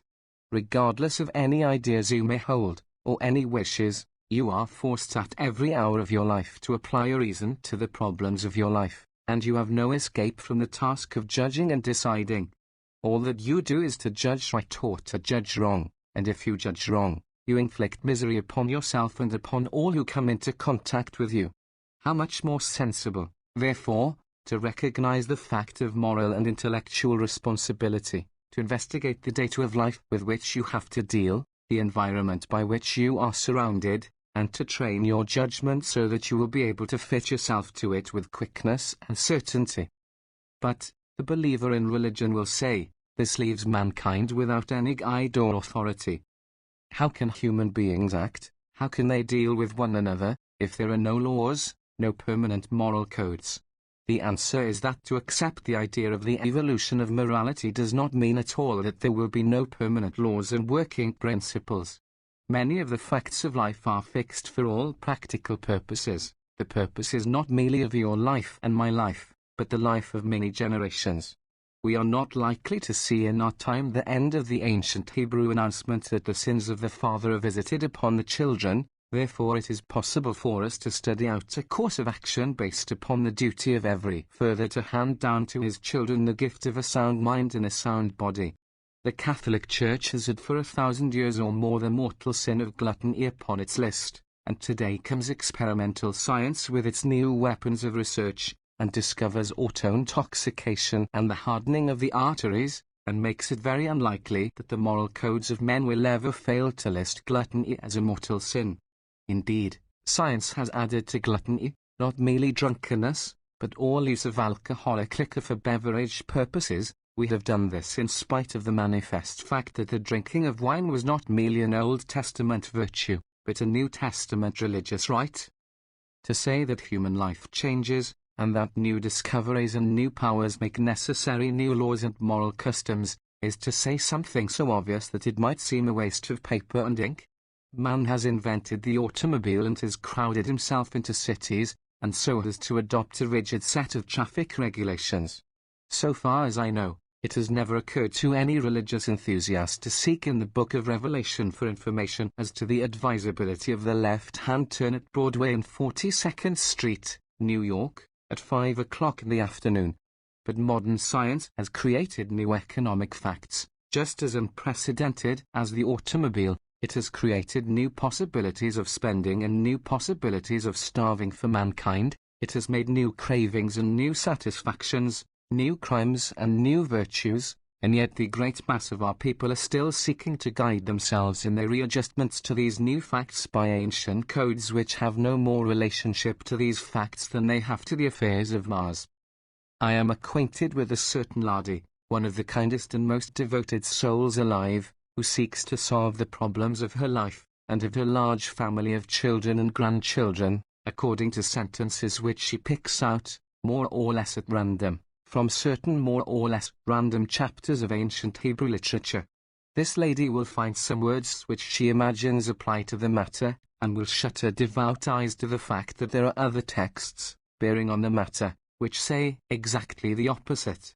She will place the strangest and most unimaginable interpretations upon the words, and yet will be absolutely certain that her interpretation is the voice of God speaking directly to her. If you try to tell her about socialism, she will say, "The poor ye have always with you," which means that it is interfering with divine providence to try to remedy poverty on any large scale. This lady is ready instantly to relieve any single case of want. She regards it as her duty to do this. In fact, she considers it the purpose of some people's poverty is to provide her with a chance to do the noble action of relieving it. You would think that the meaning of the sentence, "Spare the rod and spoil the child," would be so plain that no one could mistake it, but this good lady understood it to mean that God forbade the physical chastisement of children, and preferred them spoiled.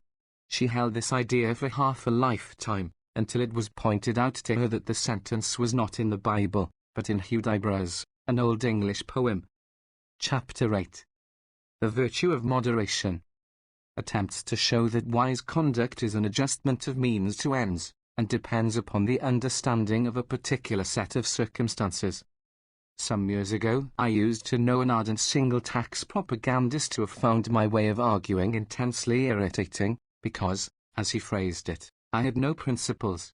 We would be discussing, for example, a protective tariff, and I would wish to collect statistics, but discovered to my bewilderment that to my single-tax friend a customs duty was stealing on the part of the government. The government had a right to tax land, because that was the gift of nature, but it had no right to tax the products of human labor, and when it took a portion of the goods which anyone brought into a country, the government was playing the part of a robber. Of course, such a man was annoyed by the suggestion that in the early stages of a country's development it might possibly be a good thing for the country to make itself independent and self-sufficient by encouraging the development of its manufactures, that, on the other hand, when these manufactures had grown to such a size that they controlled the government, it might be an excellent thing for the country to subject them to the pressure of foreign competition, in order to lower their value as a preliminary to socializing them. The reader who comes to this book looking for hard and fast rules of life will be disappointed. It would be convenient if someone could lay down for us a moral code, and lift from our shoulders the inconvenient responsibility of deciding about our own lives. There may be persons so weak that they have to have the conditions of their lives thus determined for them, but I am not writing for such persons. I am writing for adult and responsible individuals, and I bear in mind that every individual is a separate problem, with separate needs and separate duties. There are, of course, a good many rules that apply to everybody in almost all emergencies, but I cannot think of a single rule that I would be willing to say I would apply in my life without a single exception. Thou shalt not kill is a rule that I have followed, so far without exception, but as soon as I turn my imagination loose, I can think of many circumstances under which I should kill. I remember discussing the matter with a pacifist friend of mine, an out-and-out religious non-resistant. I pointed out to him that people sometimes went insane, and in that condition they sometimes seized hatchets and killed anyone in sight. What would my pacifist friend do if he saw a maniac attacking his children with a hatchet? It did not help him to say that he would use all possible means short of killing the maniac. He had finally to admit that if he were quite sure it was a question of the life of the maniac or the life of his child, he would kill. And this is not mere verbal quibbling, because such things do happen in the world, and people are confronted with such emergencies, and they have to decide, and no rule is a general rule if it has a single exception. There is a saying that the exception proves the rule, but this is very silly. It is a mistranslation of the Latin word probat, which means, not proves, but tests. No exception can prove a rule. What the exception does is to test the rule by showing that the result does not follow in the exceptional case. The only kind of rule which can be laid down for human conduct is a rule in such general terms that it escapes exceptions by leaving the matter open for every man's difference of opinion. Any kind of rule which is specific will sooner or later pass out of date. Take, by way of illustration, the ancient and well-established virtue of frugality. Obviously, under a state of nature, or of economic competition, it is necessary for every man to lay by a store for a rainy day. But suppose we could set up a condition of economic security, under which society guaranteed to every man the full product of his labor, and the old and the sick were fully taken care of, then how foolish a man would seem who troubled to acquire a surplus of goods. It would be as if we saw him riding on horseback through the main street of our town in a full suit of armor. I devote a good deal of space to this question of a fixed and unchangeable morality, because it is one of the heaviest burdens that mankind carries upon its back. The record of human history is sickening, not so much because of blood and slaughter, but because of fanaticism, because wherever the mind of man attempts to assert itself, to escape from the blind rule of animal greed, it adopts a set of formulas, and proceeds to enforce them, regardless of consequences, upon the whole of life. Consider, for example, the rule of the Puritans in England. The Puritans glorified conscience, and it is perfectly proper to glorify conscience, but not to the entire suppression of the beauty-making faculties in man. Macaulay summed up the Puritan point of view in the sentence that they objected to bear-baiting, not because it gave pain to the bear, but because it gave pleasure to the spectators. As a result of applying that principle, and lacing mankind in a straitjacket by legislation, England swung back into a reaction under the Cavaliers, in which debauchery held more complete sway than ever before or since in English life. This is a hard lesson, but it must be learned. There is no virtue that does not become a vice if it is carried to extremes. There is no virtue that does not become a vice if it is applied at the wrong time, or under the wrong circumstances, or at the wrong stage of human development. In fact, we may say that most vices are virtues misapplied. The so-called natural vices are simply natural impulses carried to excess, while the unnatural vices result from the suppression and distortion of natural impulses. The Greeks had as their supreme virtue what they called sophrosun. It is a beautiful word, worth remembering. It means a beautiful quality called moderation. We shall find, as we come to investigate, that life is a series of compromises among many different needs, many different desires, many different duties, and reason sits as a wise and patient judge, and appoints to each its proper portion, and denies to it an excess which would starve the others. Such is true morality, and it is incompatible with the existence of any fixed code, whether of human origin or divine. The fixed morality is a survival of a far-off past, of the days of instinct and servitude. Human reason has developed but slowly, and perhaps only a few people are as yet entirely capable of taking control of their own destiny. Perhaps it is really dangerous to think for oneself. But if we investigate carefully, we may decide that the danger is not so much to ourselves as it is to others. The most evil of all the habits that man has inherited from his far-off past is the habit of exploiting his fellows, and in order to exploit them more safely the ruling castes of priests and kings and nobles and property owners have taken possession of the moralities of the world and shaped them for their own convenience. They have taught the slave virtues of credulity and submission. They have surrounded their teachings with all the terrors of the supernatural. They have placed upon rebellion the penalties, not merely of this world, but of the next, not merely of the dungeon and the rack, but of hellfire and brimstone. I do not wish to go to extremes and say that the moral codes now taught in the world are made wholly in this evil way. As a matter of fact, they are a queer jumble of the two elements, the slave terrors of the past and the common sense of the present. There is not one moral code in the world today, there are many. There is one for the rich, and an entirely different one for the poor, and the rich have had a great deal more to do with shaping the code of the poor than the poor have had to do with shaping the code of the rich. There is one code for governments, and an entirely different one for the victims of governments. There is one code for business, and an entirely different one, a far more human and decent one, for friendship. Above all, there is one code for Sunday and another code for the other 6 days of the week. Most of our idealisms and our sentimental fine phrases we reserve for our Sunday code, while for our everyday code we go back to the rule of the jungle: dog eat dog, or do unto others as they would do unto you, but do it first. When you attempt to suggest a new moral code to our present-day moral authorities, it is the fine phrases of the Sunday code they bring out for exhibition purposes, and perhaps you are impressed by their arguments, until Monday morning, when you attempt to apply this code at the office, and they stare at you in bewilderment, or burst out laughing in your face. What I am trying to do here is to outline a code that will not be a matter of phrases but a matter of practice.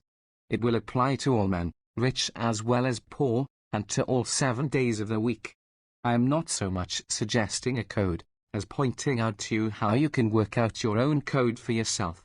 I am suggesting that you should adopt it, not because I tell you to, but because you yourself have taken it and tested it, precisely as you would test any other of the practical affairs of your life, potatoes as an article of diet, or some particular sack of potatoes that a peddler was trying to sell to you. It is not yet possible for you to be as sure about everything in your life as you can be about a sack of potatoes. Human knowledge has not got that far, but at least you can know what is to be known, and if anything is a matter of uncertainty, you can know that. Such knowledge is often the most important of all, just as the driver of an automobile wants to know if a bridge is not to be depended on. So I say to you that if you want to find happiness in this life, look with distrust upon all absolutes and ultimates, all hard and fast rules, all formulas and dogmas and general principles. Bear in mind that there are many factors in every case, there are many complications in every human being, there are many sides to every question. Try to keep an open mind and an even temper. Try to take an interest in learning something new every day, and in trying some new experiment. This is the scientific attitude toward life. This is the way of growth and of true success. It is inconvenient, because it involves working your brains, and most people have not been taught to do this, and find it the hardest kind of work there is. But how much better it is to think for yourself, and to protect yourself, than to trust your thinking to some group of people whose only interest may be to exploit you for their advantage. Chapter 9. The Choosing of Life discusses the standards by which we may judge what is best in life, and decide what we wish to make of it. We have made the point about evolution, that it may go forward or it may go backward. There is no guarantee in nature that because a thing changes, it must necessarily become better than it was. On the contrary, degeneration is as definitely established a fact as growth, and it is of the utmost importance, in studying the problem of human happiness and how to make it, to get clear the fact that nature has produced, and continues to produce, all kinds of monstrosities and parasites and failures and abortions. And all these blunders of our great mother struggle just as hard, desire life just as ardently as normal creatures, and suffer just as cruelly when they fail.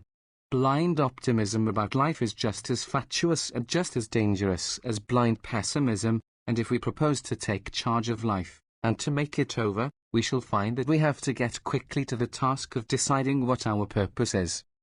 Choose well. Your choice is brief and yet endless, says Carlyle. You are driven in your choice by 2 facts. First, that you have to choose, regardless of whether you want to or not, and second, that upon your choice depend infinite possibilities of happiness or of misery. The interdependence of life is such that you are choosing not merely for the present, but for the future. You are choosing for your posterity forever, and to some extent you are choosing for all mankind. Matthew Arnold has said that conduct is 3/4 of life, but I, for my part, have never been able to see where he got his figures. It seems to me that conduct is practically everything in life that really counts.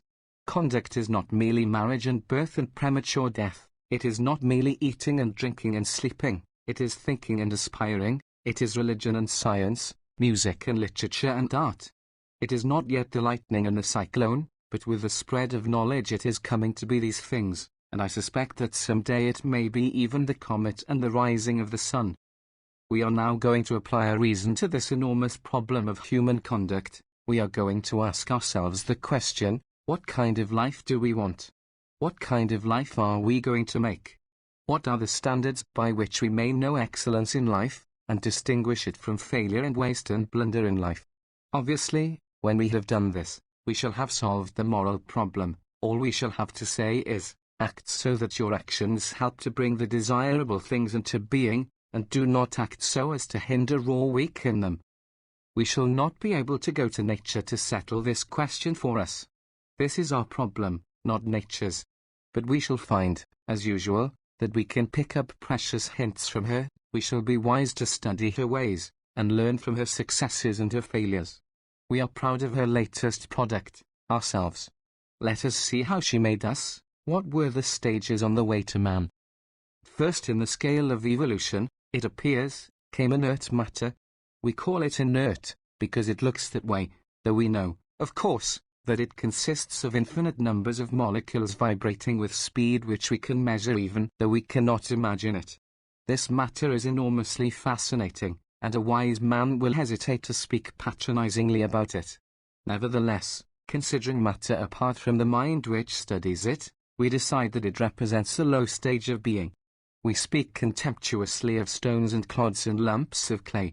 We award more respect to things like mountains and tempest-tossed oceans, because they are big. In the early days of our race we used to worship these things, but now we think of them merely as the raw material of life, and we should not be in the least interested in becoming a mountain or an ocean.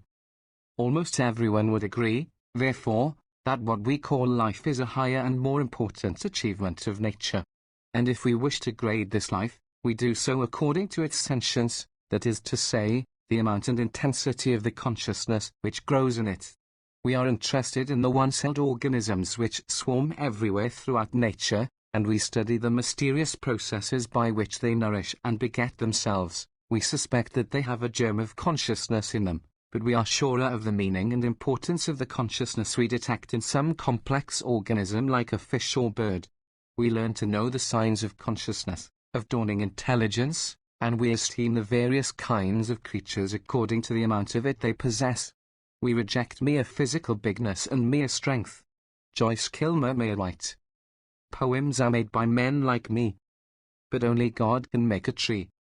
And that seems to us a charming bit of fancy, but the common sense of the thing is voiced to us much better in the lines of old Ben Jonson. It is not growing like a tree. In bulk doth make man better be.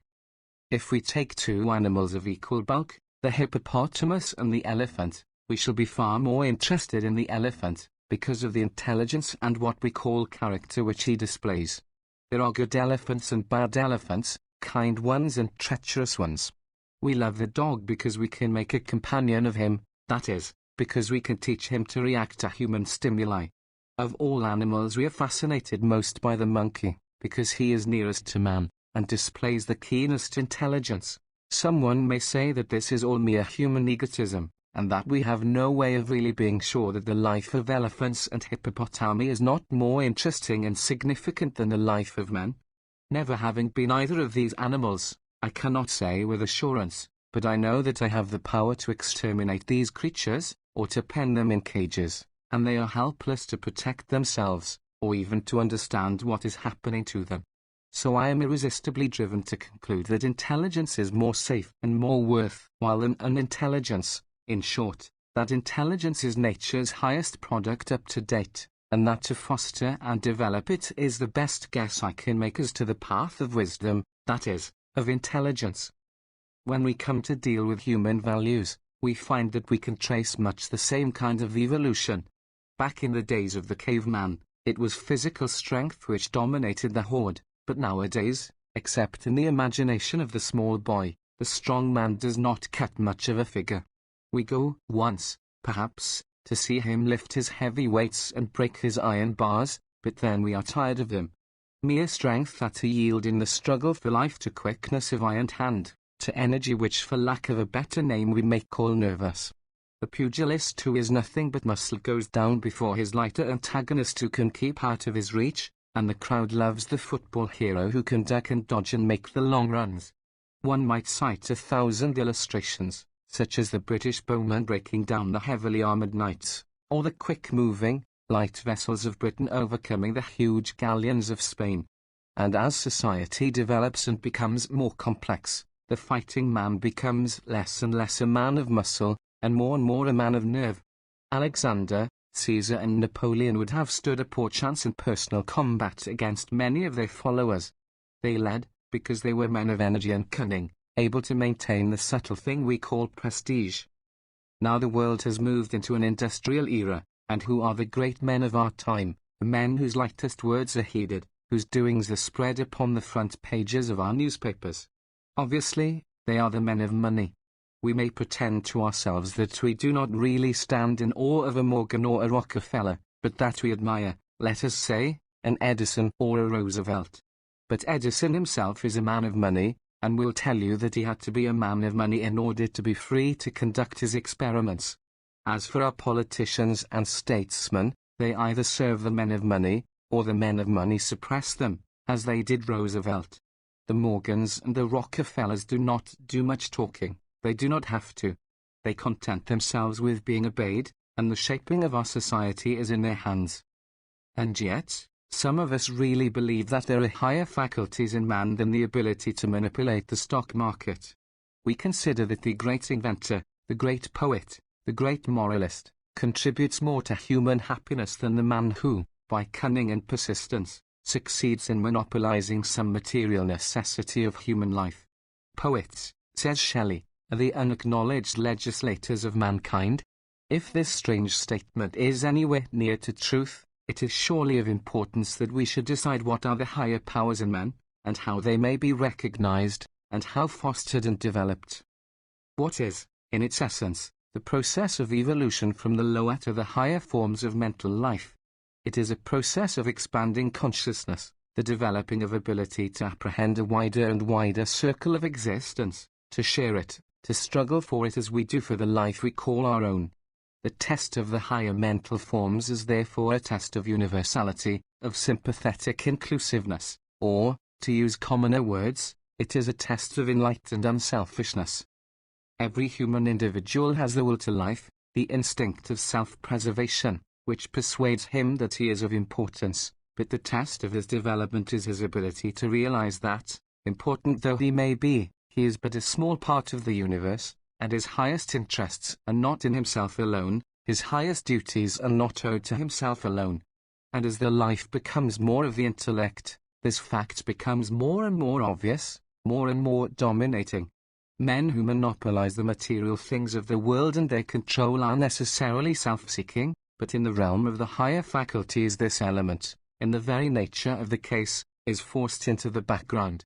It is evident that truth is not truth for the Standard Oil Company, nor for J.P. Morgan and Company, nor yet for the government of the United States. It is truth for the whole of mankind, and one who sincerely labors for the truth does so for the universal benefit. There may be, of course, an element of selfishness in the activities of poets and inventors.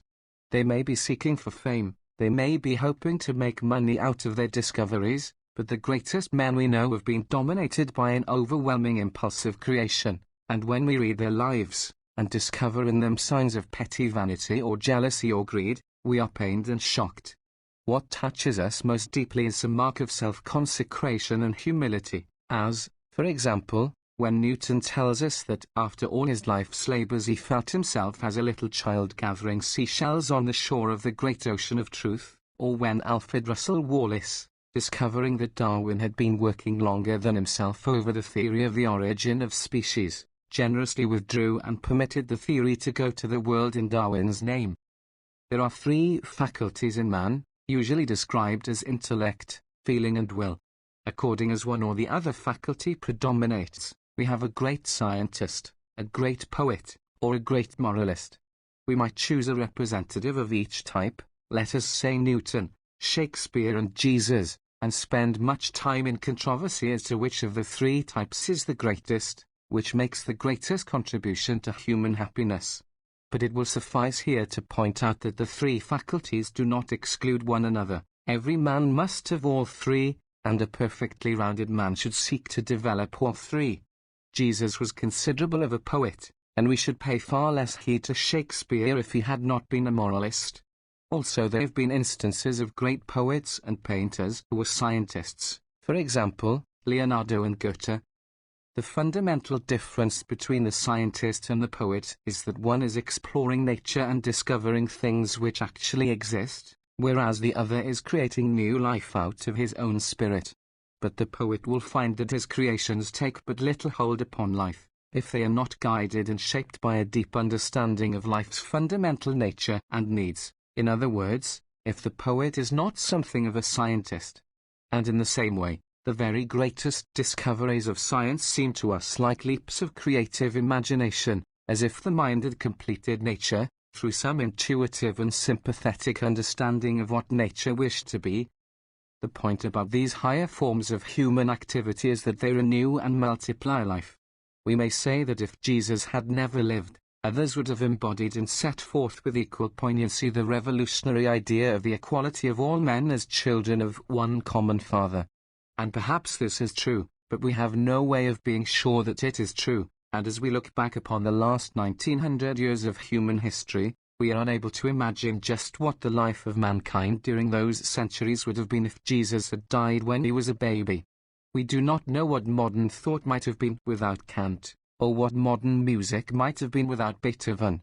We are forced to admit that if it had not been for the patient wisdom and persuasive kindness of Lincoln, the slave power might have won its independence, and America today might have been a military camp like Europe, and the lives and thoughts of every one of us would have been different. Or take the activities of the poet. Many years ago, the writer was asked to name the men who had exercised the greatest influence upon him, and after much thought he named three: Jesus, Hamlet and Shelley. And now consider the significance of this reply. One of these people, Shelley, was what we call a real person, that is, a man who actually lived and walked upon the earth. Concerning Hamlet, it is believed there was once a prince of Denmark by that name, but the character who is known to us as Hamlet is the creation of a poet's brain. As to the third figure, Jesus, the authorities dispute.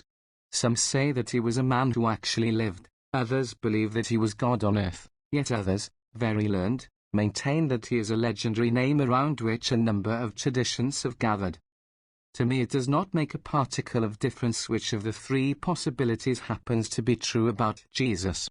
If he was God on earth, he was God in human form, under human limitations, and in that sense we are all gods on earth.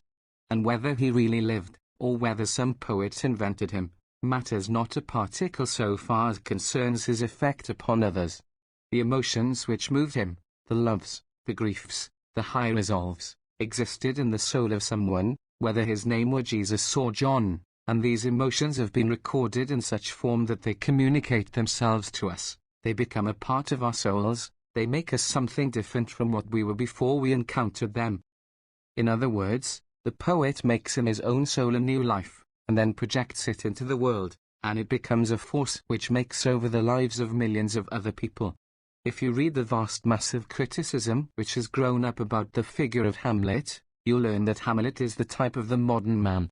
Shakespeare was able to divine what the modern man would be, or perhaps we can go farther and say that Shakespeare helped to make the modern man what he is. The modern man is more of Hamlet, because he has taken Hamlet to his heart and pondered over Hamlet's problem. Or take Don Quixote. No doubt the follies of the age of chivalry would have died out of men's hearts in the end, but how much sooner they died because of the laughter of Cervantes. Or take Les Miserables. Our prison system is not ideal by any means, but it is far less cruel than it was half a century ago, and we owe this in part to Victor Hugo. Every convict in the world is to some degree a happier man because of this vision which was projected upon the world from the soul of one great poet. No one can estimate the part which the writings of Tolstoy have played in the present revolution in Russia, but this we may say with certainty: there is not one man, woman or child in Russia at the present moment who is quite the same as you would have been if resurrection had never been written. In discussing the highest faculties of man, we have so far refrained from using the word genius. It is a word which has been cheapened by misuse, but we are now in position to use it. The things which we have just been considering are the phenomena of genius, and we can say this, even though we may not know exactly what genius is. Perhaps it is, as Frederick Myers asserts, a subliminal uprush, the welling up into the consciousness of some part of the contents of the subconscious mind. Or perhaps it is something of what man calls divine. Or perhaps it is the first dawning, the first hint of that suprace which will someday replace mankind. Perhaps we are witnessing the same thing that happened on the earth when glimmerings of reason first broke upon the mind of some poor, bewildered ape. We cannot be sure, but this much we can say: the man of genius represents the highest activity of the mind of which we as yet have knowledge. He represents the spirit of man, fully emancipated, fully conscious, and taking up the task of creation, taking human life as raw material, and making it over into something more subtle, more intense, more significant, more universal than it ever was before, or ever would have been without the intervention of this new God-man. Chapter 10. Myself and my neighbor. Compares the new morality with the old, and discusses the relative importance of our various duties. So now we may say that we know what are the great and important things in life. Slowly and patiently, with infinite distress and waste and failure, but yet inevitably, the life of man is being made over and multiplied to infinity, by the power of the thinking mind, impelled by the joy and thrill of the creative action, and guided by the sense of responsibility, the instinct to serve, which we call conscience. To develop these higher faculties is the task we have before us, and the supreme act to which we dedicate ourselves. So now we are in position to define the word moral. Assuming that our argument be accepted, that action is moral which tends to foster the best and highest forms of life we know, and to aid them in developing their highest powers, that is immoral which tends to destroy the best life we know, or to hinder its rapid development. Let us now proceed to apply these tests to the practices of man, first as an individual, and then as a social being. What are my duties to myself, and what are my duties to the world about me? You will note that these questions differ somewhat from those of the old morality. Jesus told us, first, that we should love the Lord our God, and, second, that we should love our neighbor as ourselves. Some would say that modern thought has dismissed God from consideration, but I would prefer to say that modern thought has decided that the place where we encounter God most immediately is in our own miraculously expanding consciousness. Our duty toward God is our duty to make of ourselves the most perfect product of the divine incarnation that we can become. Our duty to our neighbor is to help him to do the same. Of course, as we come to apply these formulas, we find that they overlap and mingle inextricably. The two duties are really one duty looked at from different points of view. We decide that we owe it to ourselves to develop our best powers of thinking, and we discover that in so doing we make ourselves better fitted to live as citizens, better equipped to help our fellow men. We go out into our city to serve others by making the city clean and decent, and we find that we have helped to save ourselves from a pestilence. The most commonly accepted, or at any rate the most commonly preached, of all formulas is the golden rule: do unto others as you would have them do unto you. This formula is good so far as it goes, but you note that it leaves undetermined the all-important question: what ought we to want others to do unto us? If I am an untrained child, what I would have others do unto me is to give me plenty of candy. Therefore, under the golden rule, my highest duty becomes to distribute free candy to the world. The golden rule is obviously consistent with all forms of self-indulgence, and with all forms of stagnation. It might result in a civilization more static than China. Or let us take the formula which the German philosopher Kant worked out as the final product of his thinking: act so that you would be willing for your action to become a general rule of conduct. Here again is the same problem. There are many possible general rules of conduct. Some would prefer one, some others, and there is no possible way of escape from the fact that before men can agree what to do, they must decide what they wish to make of their lives. To the formula of Jesus, Thou shalt love thy neighbor as thyself. The answer is obvious enough. Suppose my neighbor is not worthy of as much love as myself? To be sure, it is a perilous thing for me to have to decide this question. Nevertheless, it may be a fact that I am a great inventor, and that my neighbor is a sexual pervert. There is, of course, a sense in which I may love him. Even so, I may love the deeper possibilities of his nature, which religious ecstasy can appeal to and rouse. But in spite of all ecstasies and all efforts, it may be that his disease, physical, mental and moral, has progressed to such a point that it is necessary to confine him, or to castrate him, or even to asphyxiate him painlessly. To say that I must love such a man as myself is, to say the least, to be vague. We can see how the indiscriminate preaching of such a formula would open the floodgates of sentimentality and fraud. Modern thinking says, thou shalt love the highest possibilities of life, and thou shalt labor diligently to foster them. Moreover, because life is always growing, and new possibilities are forever dawning in the human spirit, thou shalt keep an open mind and an inquiring temper, and be ready at any time to begin life afresh. Such is the formula. It is not simple, and when we come to apply it, we find that it constantly grows more complex. When we attempt to decide our duty to ourselves, we find that we have in us a number of different beings, each with separate and sometimes conflicting duties and needs. We have in us the physical man and the economic man, and these clamor for their rights, and must have at least a part of their rights, before we can go on to be the intellectual man, the moral man, or the artistic man. So our life becomes a series of compromises and adjustments between 1,000 conflicting desires and duties, between the different beings which we might be, but can be only to a certain extent, and at certain times. We shall see, as we come to investigate one field after another of human activity, that we never have an absolute certainty, never an absolute right, never an absolute duty, never can we shut our eyes, and go blindly ahead upon one course of action, to the exclusion of every other consideration. On the contrary, we sit in the seat of self-determination as a highly trained and skillful engineer. We keep our eyes upon a dozen different gauges, we press a lever here and touch a regulator there, we decide that now is the time for speed, and now for caution, and knowing all the time that the safety, not merely of ourselves, but of many passengers, depends upon the decisions of each moment. Chapter 11. The Mind and the Body discusses the interaction between physical and mental things, and the possibility of freedom in a world of fixed causes. It is our plan, so far as possible, to discuss the problems of the mind in one section of this book, and the problems of the body in another, but just as we found that we could not separate our duties to ourselves from our duties to our neighbors, so we find that the mind and the body are inextricably interwoven, and that whenever we probe deeply into one, we discover the other. The interaction of the mind and the body is a fascinating problem into which we must look for a moment, not because we expect to solve it, but because it illuminates the whole subject. The human body is a machine. It takes in carbon and oxygen, and burns them, and gives out carbon dioxide and other waste products, and develops energy in proportion to the amount of carbon it consumes. This machine has its elaborate apparatus of action and reaction, its sensory organs where outside stimuli are received, its nerves like telegraph wires to carry these impressions, its brain cells to store them and to transform them into reactions. We know to some extent how these brain cells work.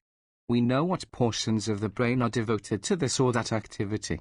We know that if we stick a pin into a certain spot we shall paralyze the left forefinger.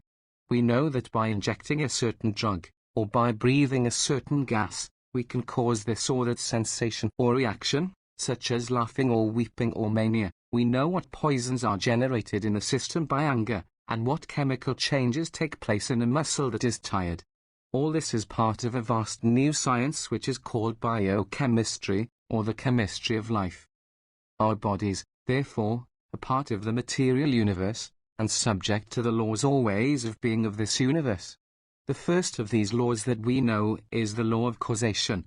Every change in the universe has its cause, and that in turn had another cause. This chain is never broken, no matter how far we go, and the same causes universally produce the same effects. If you see a ball move on a billiard table, You know that the ball did not move itself. You know that something struck the ball or tilted the table.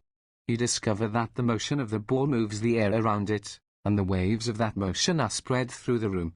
They strike the walls, and the motion is carried on through the walls, and if we had instruments sensitive enough, we could feel the motion of that billiard ball at the other side of the world, and a few million years from now at the most remote of the stars. This is what is called the law of the conservation of energy, and when we discover something like radium which seems to violate that law by giving out unlimited quantities of energy, we investigate and discover a new form of energy locked up in the atom.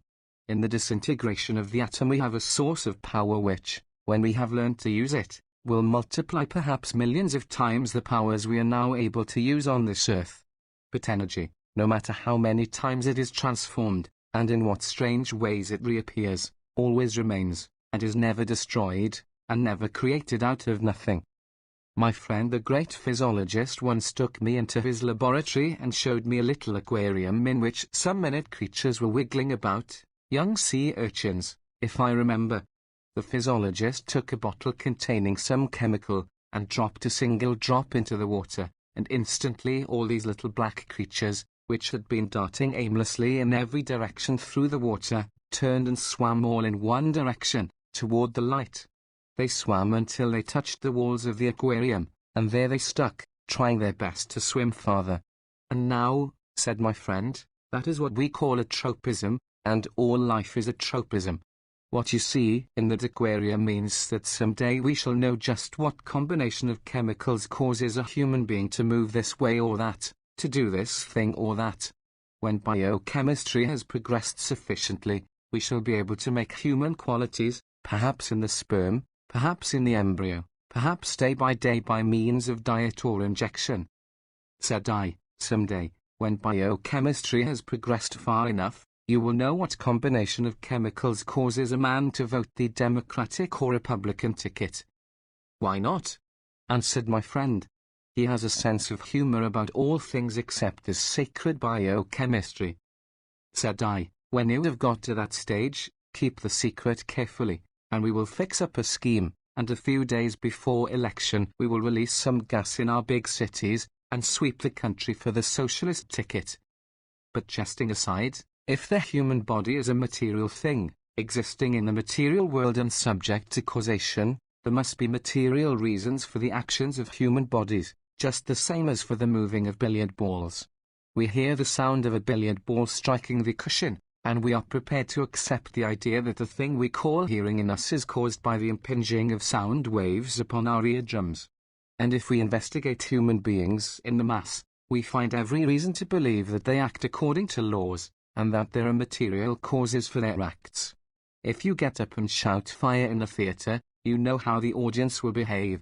If you study statistics, you can say that in any large city a certain fixed number of human beings are going to commit suicide every month. You can even say that more are going to commit suicide in the month of June than in any other month. You can say that more people are going to die at 2 o'clock in the morning than at any other hour. You know that certain changes in the weather will cause all human beings to behave in the same way. You know that an increase of prices or an increase of unemployment will cause a certain additional number of men to commit crimes, and a certain additional number of women to become prostitutes. You know that if a man overeats, his thoughts will change their color, he will have what he calls the blues. I might cite 1,000 other illustrations to prove that human minds are subject to material laws, and therefore to investigation by the biochemists. But now, stop a moment.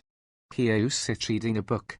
Something in the book pleases you, and you say, good. Perhaps you slap your knee or clench your fist.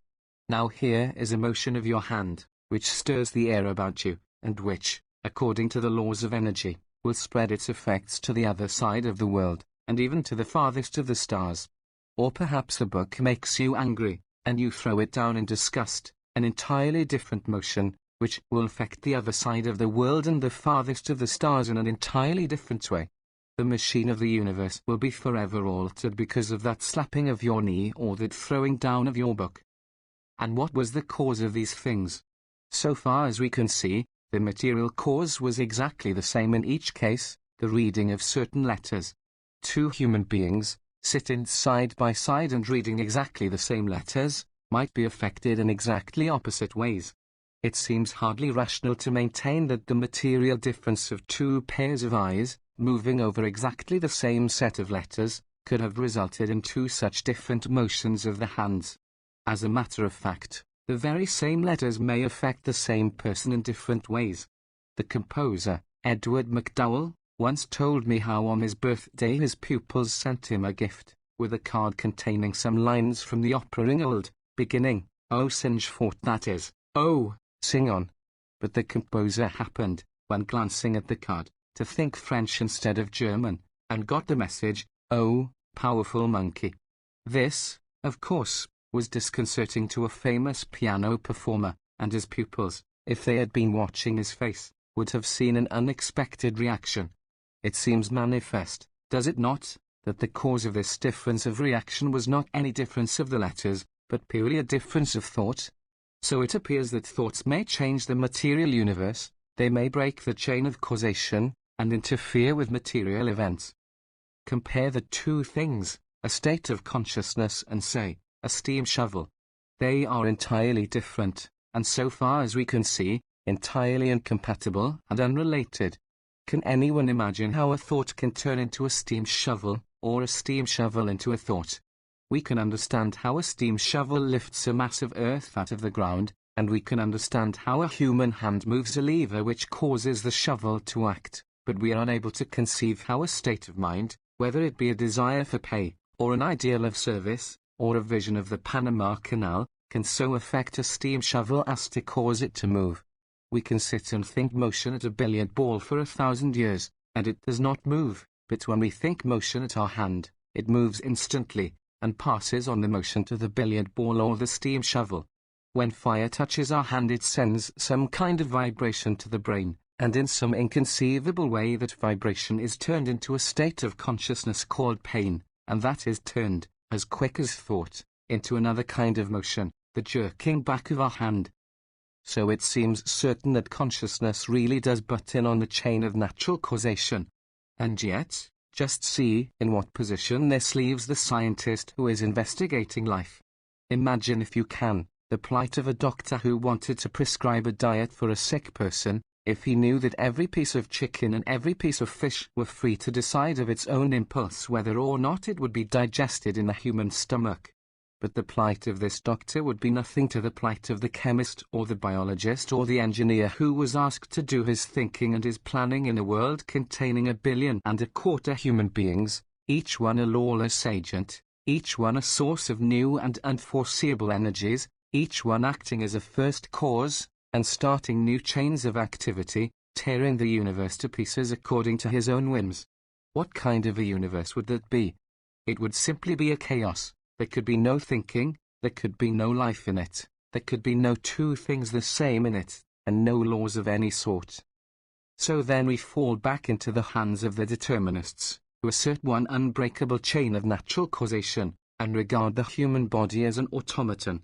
We go back to the biochemist, who purposes some day to ascertain for us just exactly what molecules of matter and just what positions and combinations in the brain cells of William Shakespeare caused him to perpetrate a mixed metaphor. We go back to the belief that human beings act as they must act, because the clock of life, wound up and started, must move in such and such a fashion. But now, let us see what are the implications of that theory. Here am I writing a book, appealing to men to act in certain ways. Of course, I know that not all will follow my advice. Some will be foolish, or what seems to me foolish. Others will be weak, and will resolve to act in certain ways, and then go and act in other ways.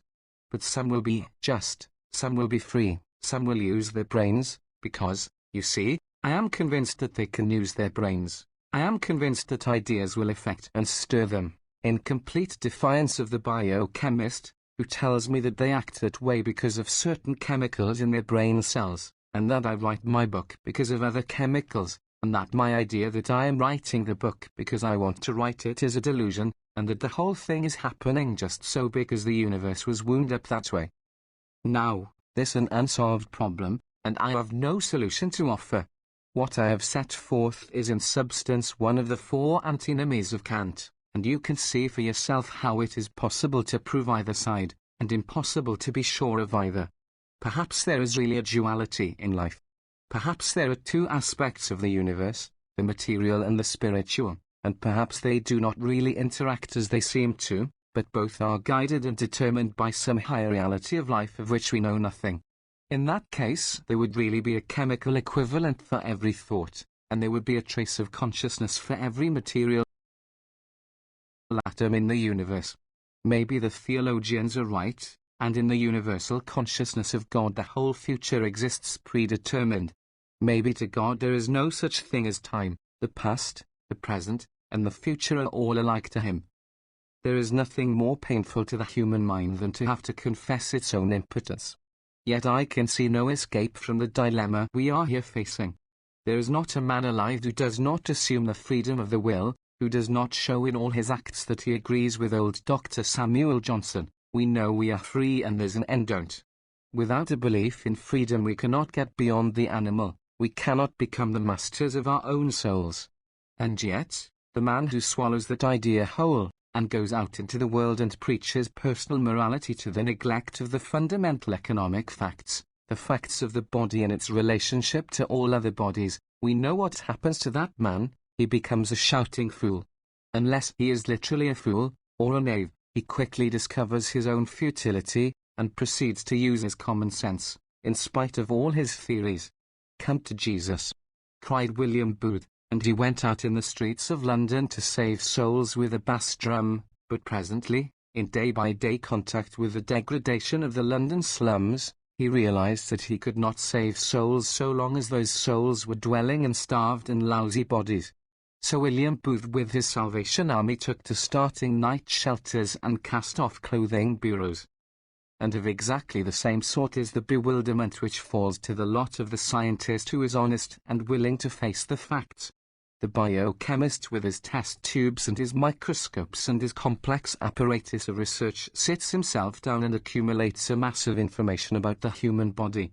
He investigates the diseases of the body and learns in detail just how these diseases spread and sometimes how they are caused. He can present you with a diagnosis, showing the exact stage to which the degeneration of a certain organ has proceeded, and perhaps he can suggest to you a change of diet or some drug which will, for a time at least, check the process of the breakdown. But in other cases he will be perfectly helpless. He will be, as it were, buried under the mass of detail which he has accumulated. He will find the vital energy depressed, and he will not know any way to renew it.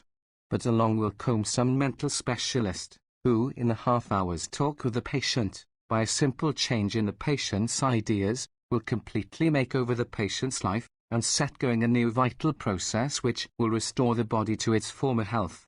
A religious enthusiast may do this, a psychotherapist may do it, a moral genius may do it, and the physician with all his learning will find himself like a man on the outside of a house, peering in through the windows and trying in vain to find out something about the life of the family and its guests. This is humiliating to the chemist and the medical man, but they have to face it, because it is a fact. In the seat of authority over the human body there sits a higher being which, without any religious implications, we may call the soul, or, if it is impossible to get away from the religious implication of that word, we will call it the consciousness, or the personality. This master of the house of life is in many ways dependent upon the house. If the furnace goes out he freezes, and if the house takes fire and burns up, well, he disappears and leaves no address. But in other ways the master of the house is really master, and is a worker of miracles. He does things which we do not at all understand, and cannot yet even foresee, but which often completely make the house over. William James, a scientist of real authority, has a wonderful essay, The Powers of Men, in which he sets forth the fact that human beings as a general rule make use of only a small portion of the energies which dwell in their beings, and that one of our problems is to find the ways by which we can draw upon stores of hidden energy which we have within us. Also, in a fascinating book, Varieties of the Religious Experience, James has endeavored to study and analyze the phenomena which hitherto the physician and the biologist have been disposed to ridicule and neglect.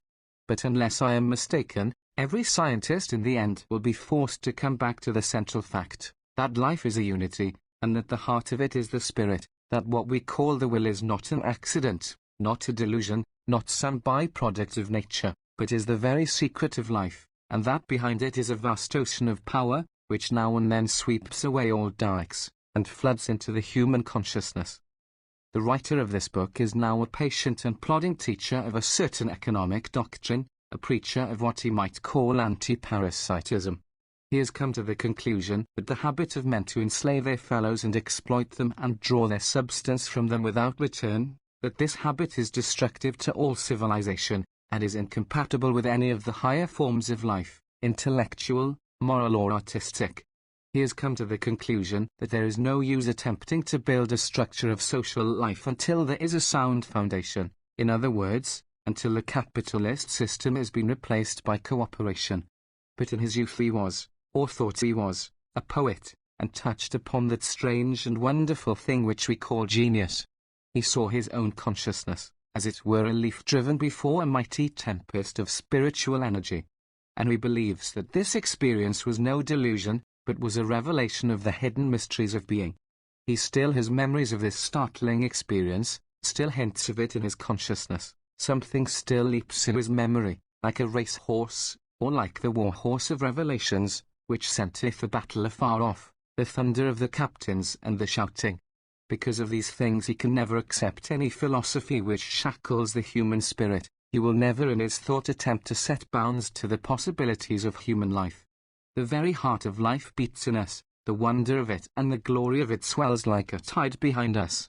New universes are born in us, or, if you prefer, they are made by us, and the process is one of endless joy, of rapture beyond anything that the average man can at present imagine, or that any instruments invented by science can weigh or measure. Chapter 12. The Mind of the Body discusses the subconscious mind, what it is, what it does to the body, and how it can be controlled and made use of by the intelligence.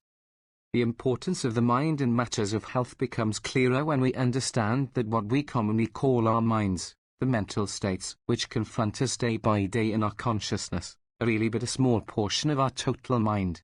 In addition to this conscious mind there is an enormous mass of our personality which is like a storehouse attached to our dwelling, a place to which we do not often go, but to which we can go in case of need. This storehouse is our memory, the things we know and can recall at will. And then there is another, still vaster storehouse, no one has ever measured or guessed the size of it, which apparently contains everything that we have ever known, perhaps also everything that our ancestors have known. A common simile for the human mind is that of an iceberg. A certain portion of it appears above the surface of the sea, but there is 7 times as much of it floating out of sight under the water.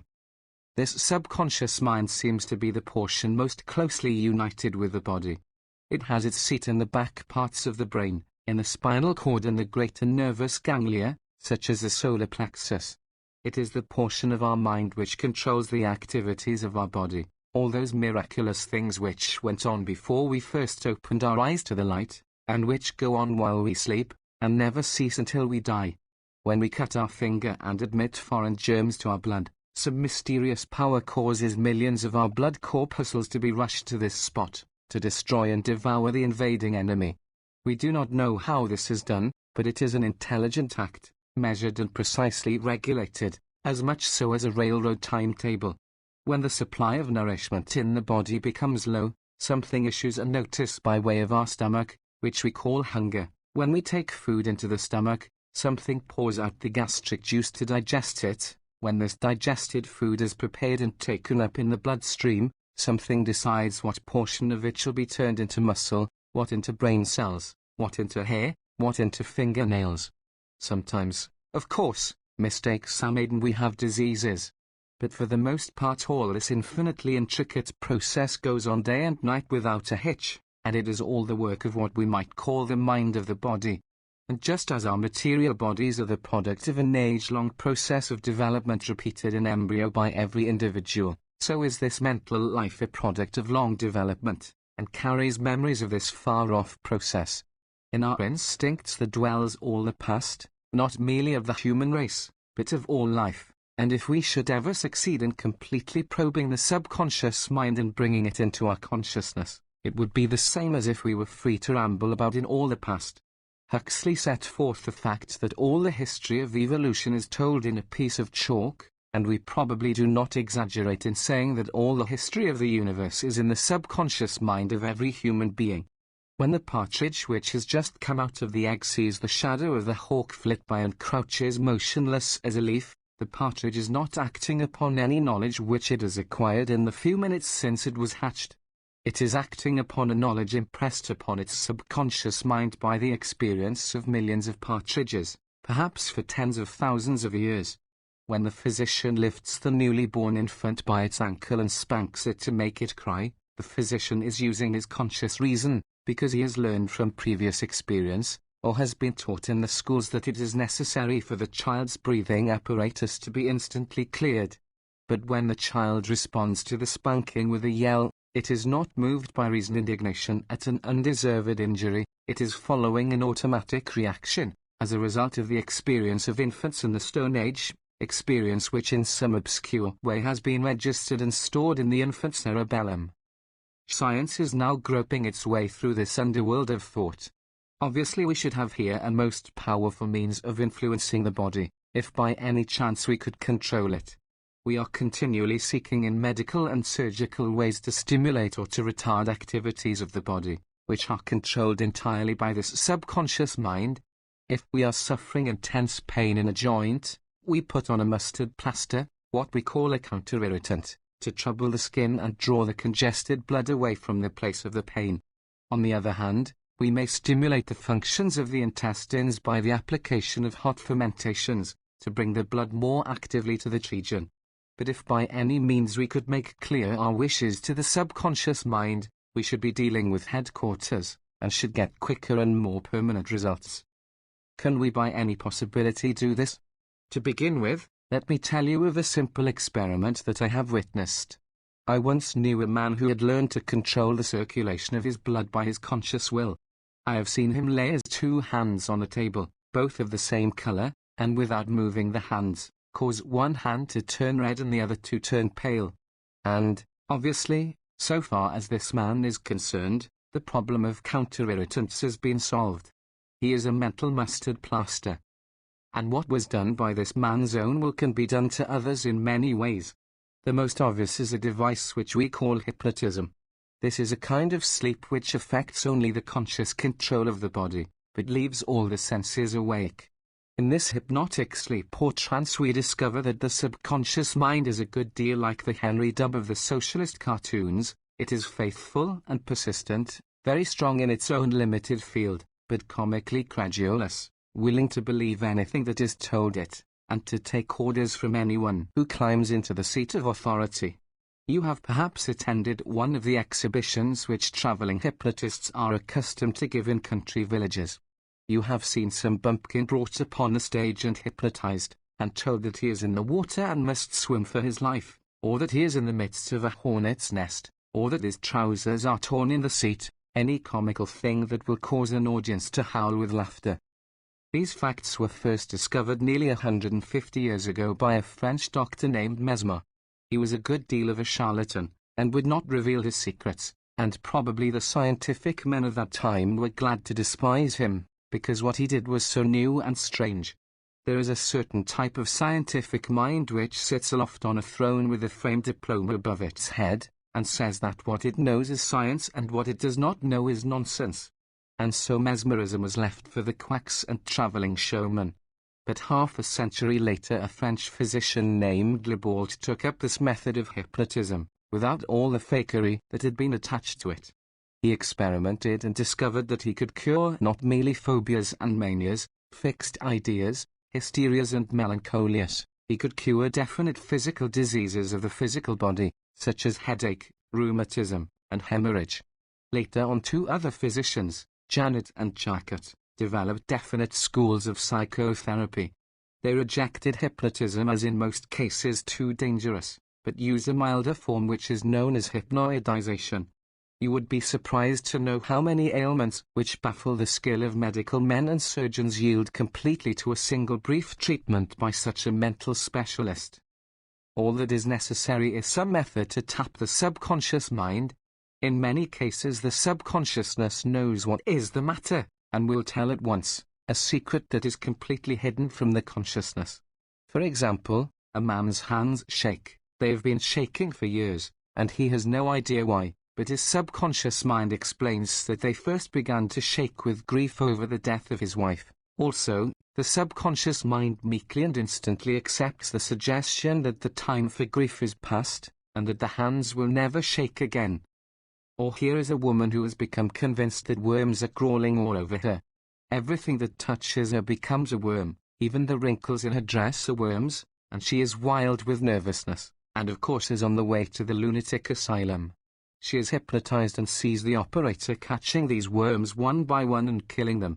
She is told that he has killed the last, but she insists, no, there is one more. The operator clutches that one, and she is perfectly satisfied, and completely cured. Her husband writes, expressing his relief that he no longer has to sleep every night in a fish pond. This instance with many others is told by Professor Quackenbos in his book, Hypnotic Therapeutics. Among the most powerful means to influence the subconscious personality is religious excitement. Religion has come down to us from ancient times, and its fears and ecstasies are a part of our instinctive endowment. Those who can sway religious emotions can cure disease, not merely fixed ideas, but many diseases which appear to be entirely physical, but which psychoanalysis reveals to be hysterical in nature. Of course, these religious persons who heal by laying on of hands or by purely mental means deny indignantly that they are using hypnotism or anything like it. I am aware that I shall bring upon myself a flood of letters from Christian Scientists if I identify their methods of curing with animal magnetism and manipulation, and other devices of the devil which they repudiate. All I can say is that their miracles are brought about by affecting the subconscious mind. There is no other way to bring them about, and for my part one cannot see that it makes a great difference whether the subconscious mind is affected by a hand laid on the forehead, or by a hand waved in the air, or by an incantation pronounced, or by a prayer thought in silence. If you can persuade the subconscious mind that God is operating upon it, that God is omnipotent and is directing this particular healing, that is the most powerful suggestion imaginable, and is the basis of many cures. But if in order to achieve this, it is necessary for me to persuade myself that I can find some meaning in the metaphysical moonshine of Mother Eddy, why, then, I am very sorry, but I really prefer to remain sick. But such is not the case. You do not have to believe anything that is not true, you simply have to understand the machinery of the subconscious, and how to operate it. We are only beginning to acquire that knowledge, and we need an open mind, free both from the dogmatism of the medical men and the fanaticism of the faith curists. A few years ago in London I met a number of people who were experimenting in an entirely open-minded way with mental healing, and I was interested in their ideas. I happened to be travelling on a continent, and on the train my wife was seized by a very dreadful headache. She was lying with her head in my lap, suffering acutely, and I thought I would try an experiment, so I put my hand upon her forehead, without telling her what I was doing, and concentrated my attention with the greatest possible intensity upon her headache. I had an idea of the cause of it. I understood that headaches are caused by the irritation of the sensory nerves of the brain by fatigue poisons, or other waste matter which the blood has not been able to eliminate. I formed in my mind a vivid picture of what the blood would have to do to relieve that headache, and I concentrated my mental energies upon the command to her subconscious mind that it should perform these particular functions. In a few minutes my wife sat up with a look of great surprise on her face and said, "Why, my headache is gone." It went all at once. That, of course, might have been a coincidence, but I tried the experiment many times, and it happened over and over. On another occasion I was able to cure the pain of an ulcerated tooth. I was able to cure it half a dozen times, but never permanently. It always returned, and finally the tooth had to come out. My wife experimented with me in the same way, and found that she was able to cure an attack of dyspepsia, but, curiously enough, she at once gave herself a case of dyspepsia, something she had never known in her life before. So now I will not allow her to experiment with me, and she will not allow me to experiment with her. But we are quite sure that people with psychic gifts can definitely affect the subconscious mind of others by purely mental means. We are prepared to believe in the miracles of the New Testament, and in the wonders of Lourdes, as well as in the healings of the Christian Scientists and the New Thoughters, which cannot be disputed by anyone who is willing to take the trouble to investigate. We can face these facts without losing our reason, without ceasing to believe that everything in life is a cause, and that we can find out this cause if we investigate thoroughly. Chapter 13. Exploring the Subconscious. Discusses automatic writing, the analysis of dreams, and other methods by which a whole new universe of life has been brought to human knowledge. One of the most common methods of exploring the subconscious mind is the method of automatic writing. I have never tried this myself, but tens of thousands of people are sitting every night with a in front of them, holding a pencil on a piece of paper and letting their subconscious minds write what they please. Most of them are hoping to get messages from the dead, a problem which we shall discuss in the next chapter. Suffice it for the moment to say that automatic writing and table rapping and other devices of mediumship have opened up to us a vast mass of subconscious mentality. A part of the scientific world still takes a contemptuous attitude and calls this all humbug, but many of our greatest scientists have been persuaded to investigate, and have become convinced that in this mass of subconsciousness there is mingled, not merely the mind of the medium, but the minds of all those present, and possibly other minds as well. For my part, I do not see how anyone can study disinterestedly the proceedings of the Society for Psychical Research and not become convinced that telepathy at least is one of the powers of the subconscious mind. Telepathy is what is popularly known as thought transmission. Everyone must know people who are what is called psychic, and will know what is happening to some friend in another part of the world, or will go upstairs because they sense that someone wants them, or will go to the door because they have a hunch that someone is coming. And maybe these things are only chance, but you will be unscientific if you do not take the trouble to read and learn what modern investigators have brought out on such subjects.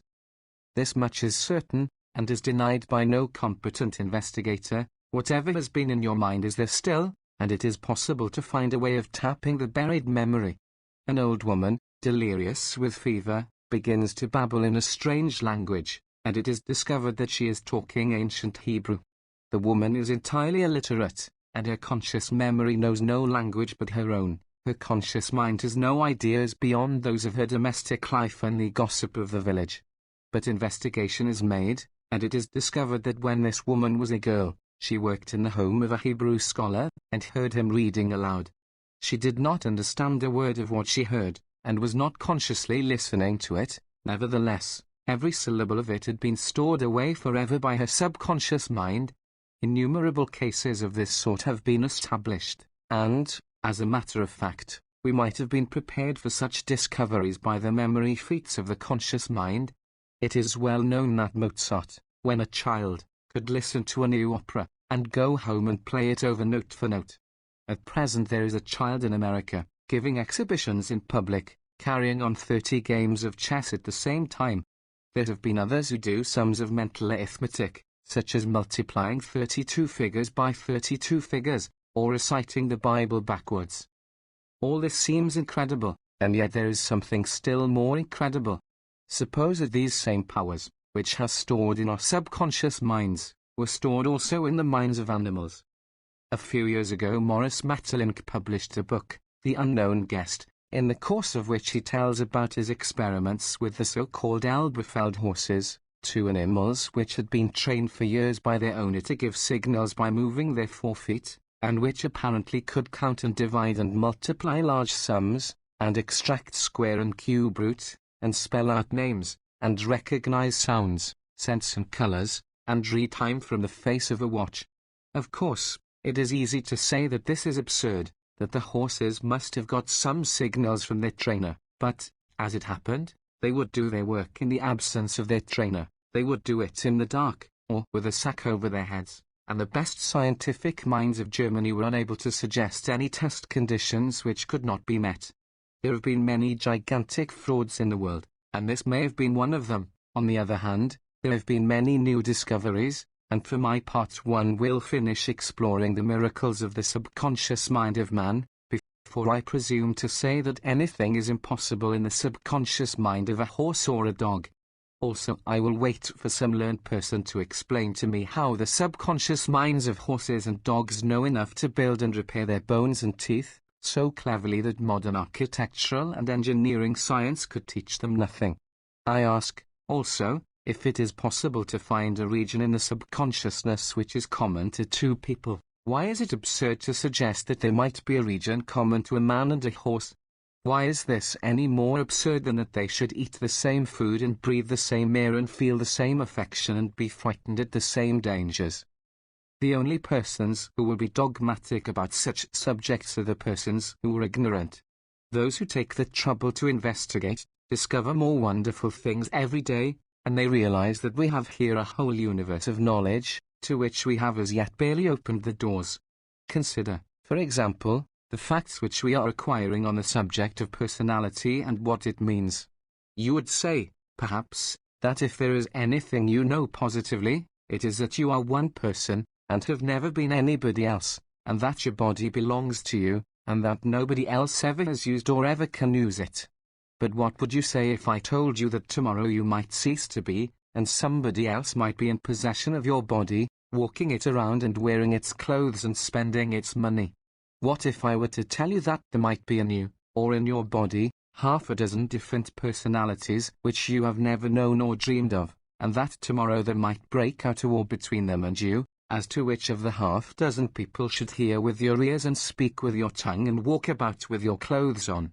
Unless you are familiar with the literature of multiple personality, you would surely say that this was unbelievable, quite as much so as a mathematical horse.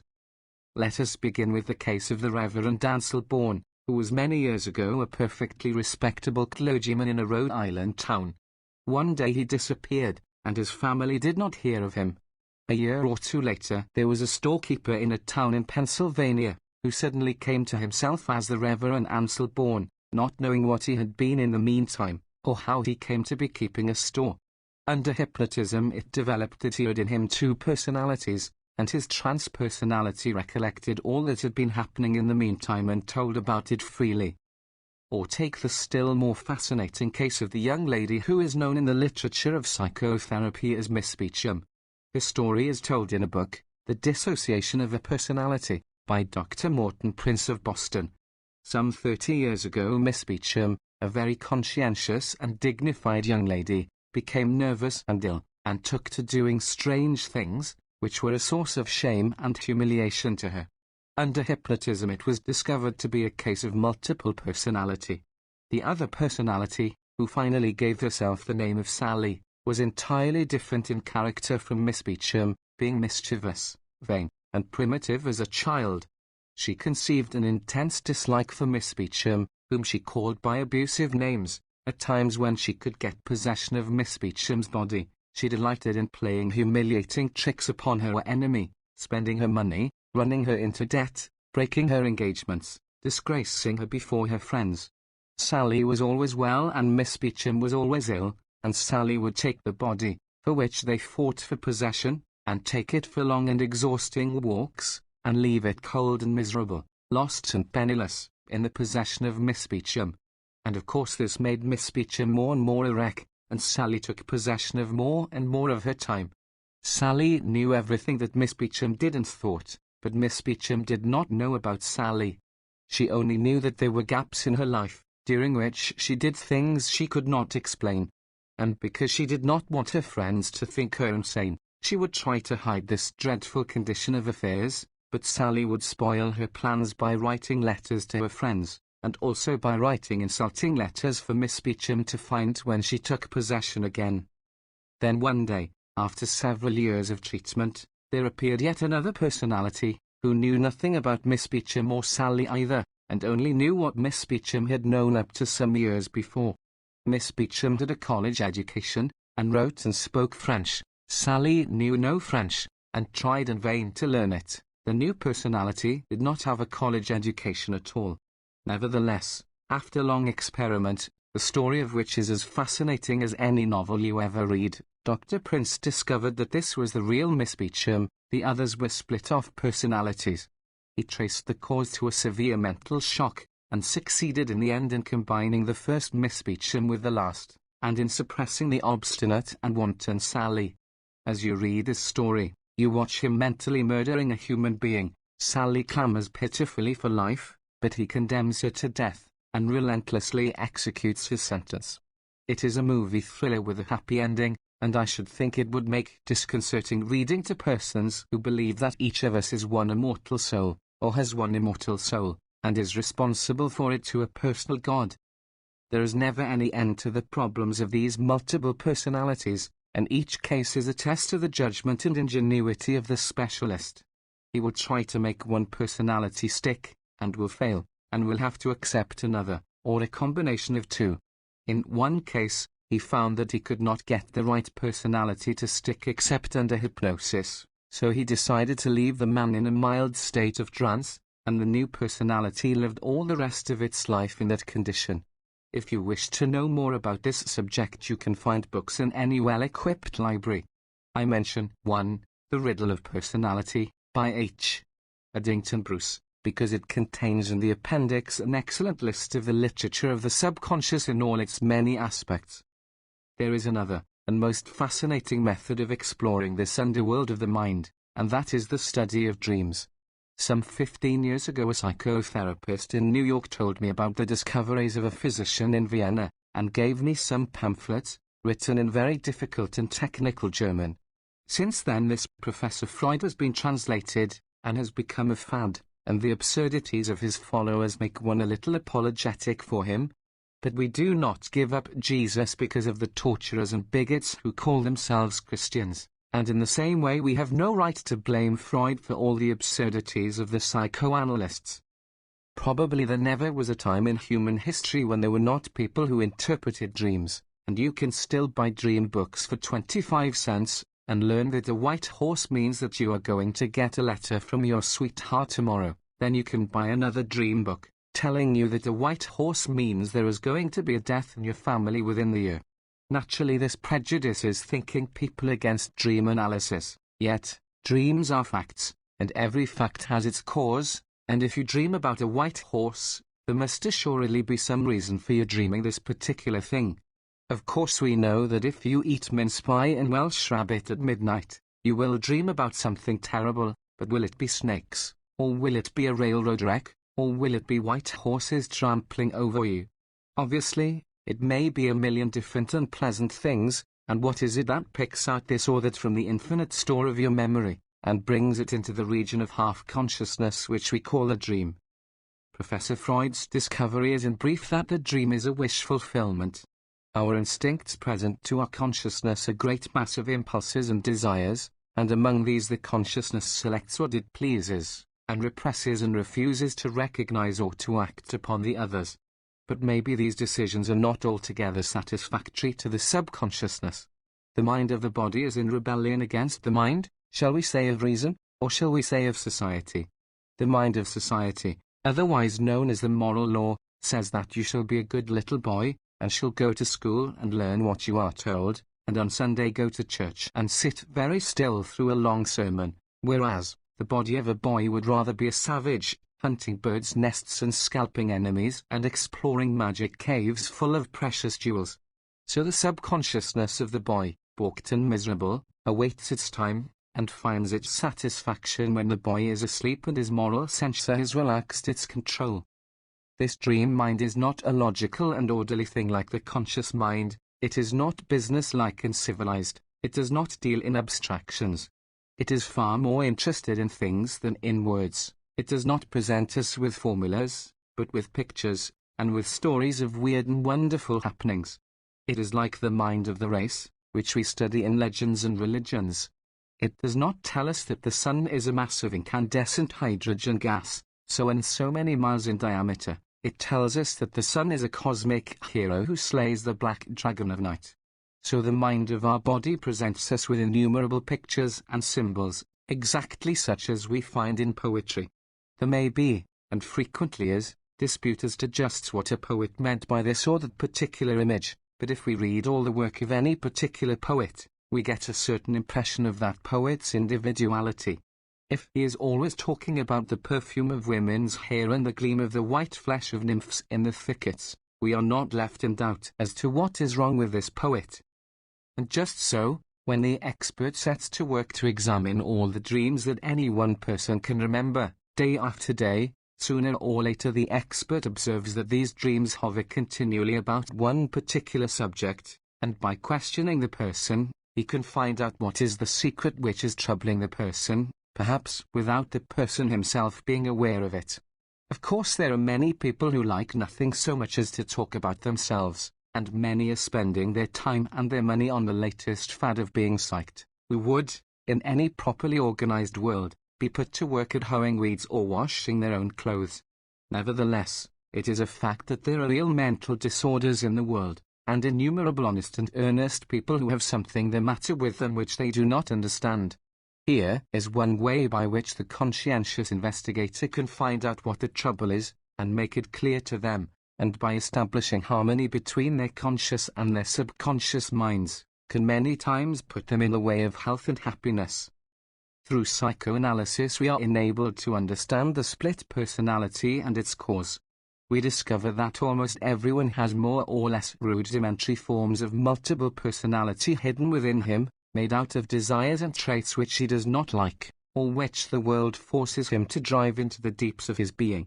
These may be evil impulses, of sex or violence, they may be the most noble altruisms, or artistic yearnings, ridiculous things in a world of hustle. A quite normal man or woman may keep a separate self, apart from the world, living a Jekyll life of business propriety and a Hyde life of religious or musical ecstasy.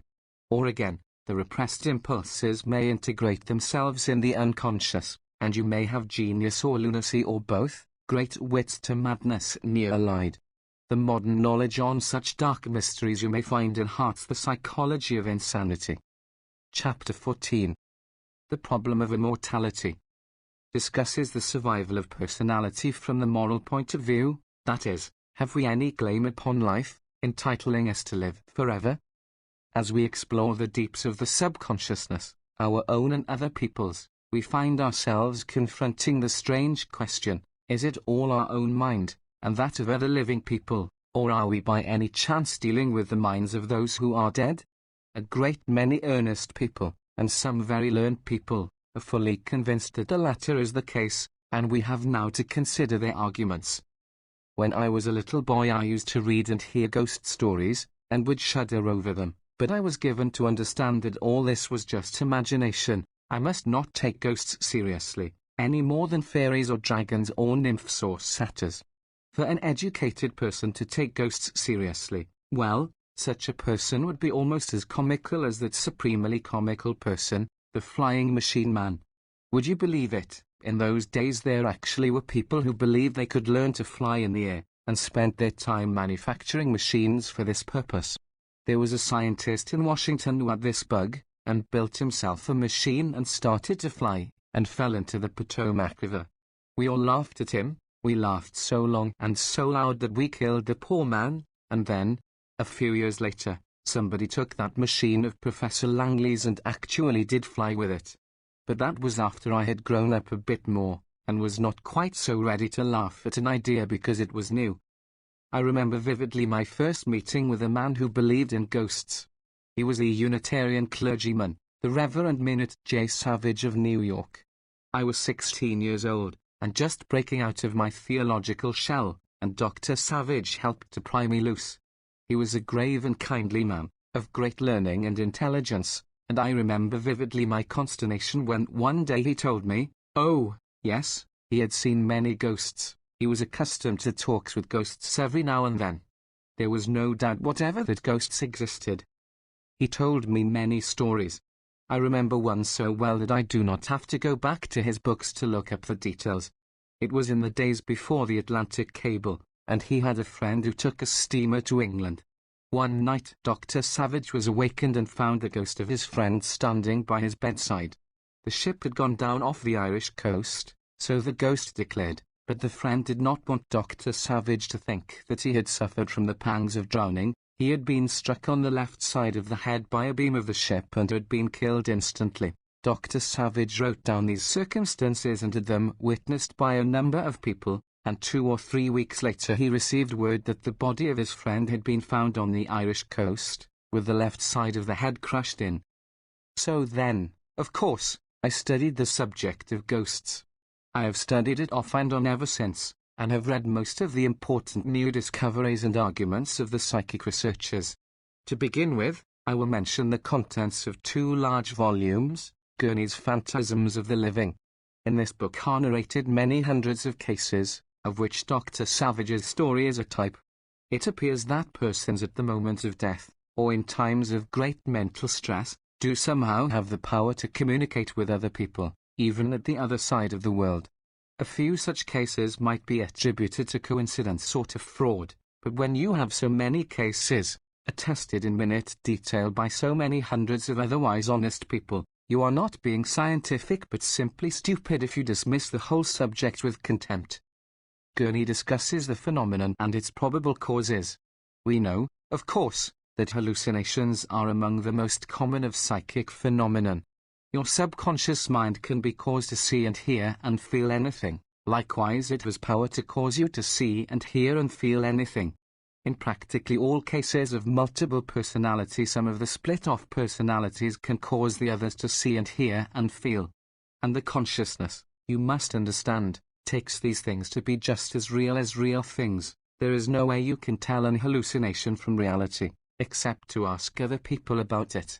And if we admit the idea of telepathy, we may say that phantasms are hallucinations caused by this means, that is, the subconscious mind of your wife or your mother or your friend who is ill or dying, transmits to your subconscious mind some vivid impression, which causes your own subconscious mind to present to your consciousness a perfect image of that person, walking and talking with you, and your consciousness has no way of telling but that the image is real.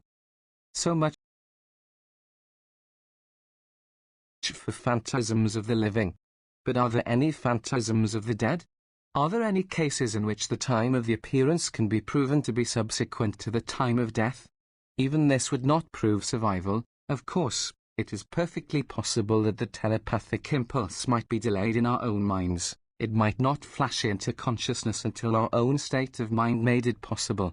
Can we say that there are cases in which the facts communicated are such as to convince us that the person was already dead, and was telling us something as a dead person and not as a living one? Before we go into this question, let us clear the ground for the subject by discussing the survival of personality from a more general standpoint. What is it that we want to prove? What are the probabilities of its being true? What would be the consequences of its not being true? Have we any grounds, other than those of psychic research, for thinking that it is true, or that it may be true, or that it ought to be true? What, so to speak, are the morals of the doctrine of immortality? Well, to begin with, the survival of the soul after death and forever is one of the principal doctrines of the Christian religion. Many devout Christians will read this book, and I will seem to them blasphemous when I say that this argument does not concern me.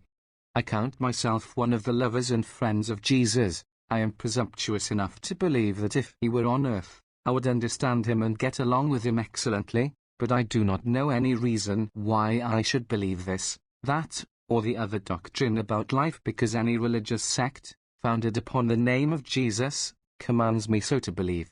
I see no more reason for adopting the idea of heaven because it is a Christian idea than I see for adopting the idea of reincarnation because it is a precious and holy idea to hundreds of millions of Buddhists. I have some very good friends who are theosophists, and are quite convinced of this idea of reincarnation, that is, that the soul comes back into life over and over again in many different bodies, thus completing itself and renewing itself and expiating its sins. My theosophist friends have a most elaborate and complicated body of what they consider to be knowledge on this subject, yet I have to take the liberty of saying that I cannot see that it has any relation to reality.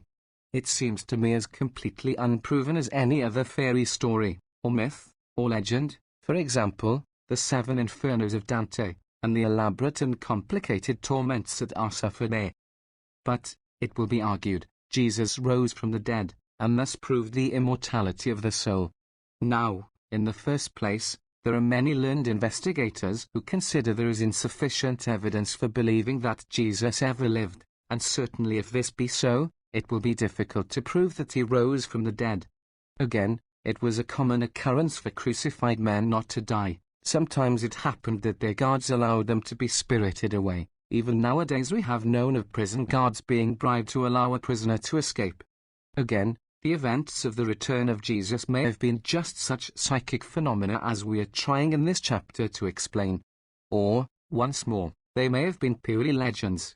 A very brief study will convince a thinking person that the people of that time were ready to believe anything, and to accept facts upon such authority, and to make them the basis for a scientific conclusion, is simply to be childish. I shall be told, of course, that it is in the Bible, and therefore it must be true. The Bible is inspired, you say, and perhaps this is so. But then, a great deal of other literature is inspired, and that does not relieve me of the task of comparing these various inspirations, and judging them, and picking out what is of use to me. The Bible is the literature of the ancient Hebrews for a couple of thousand years. It represents what the race mind of a great people for one generation after another judged worth recording and preserving.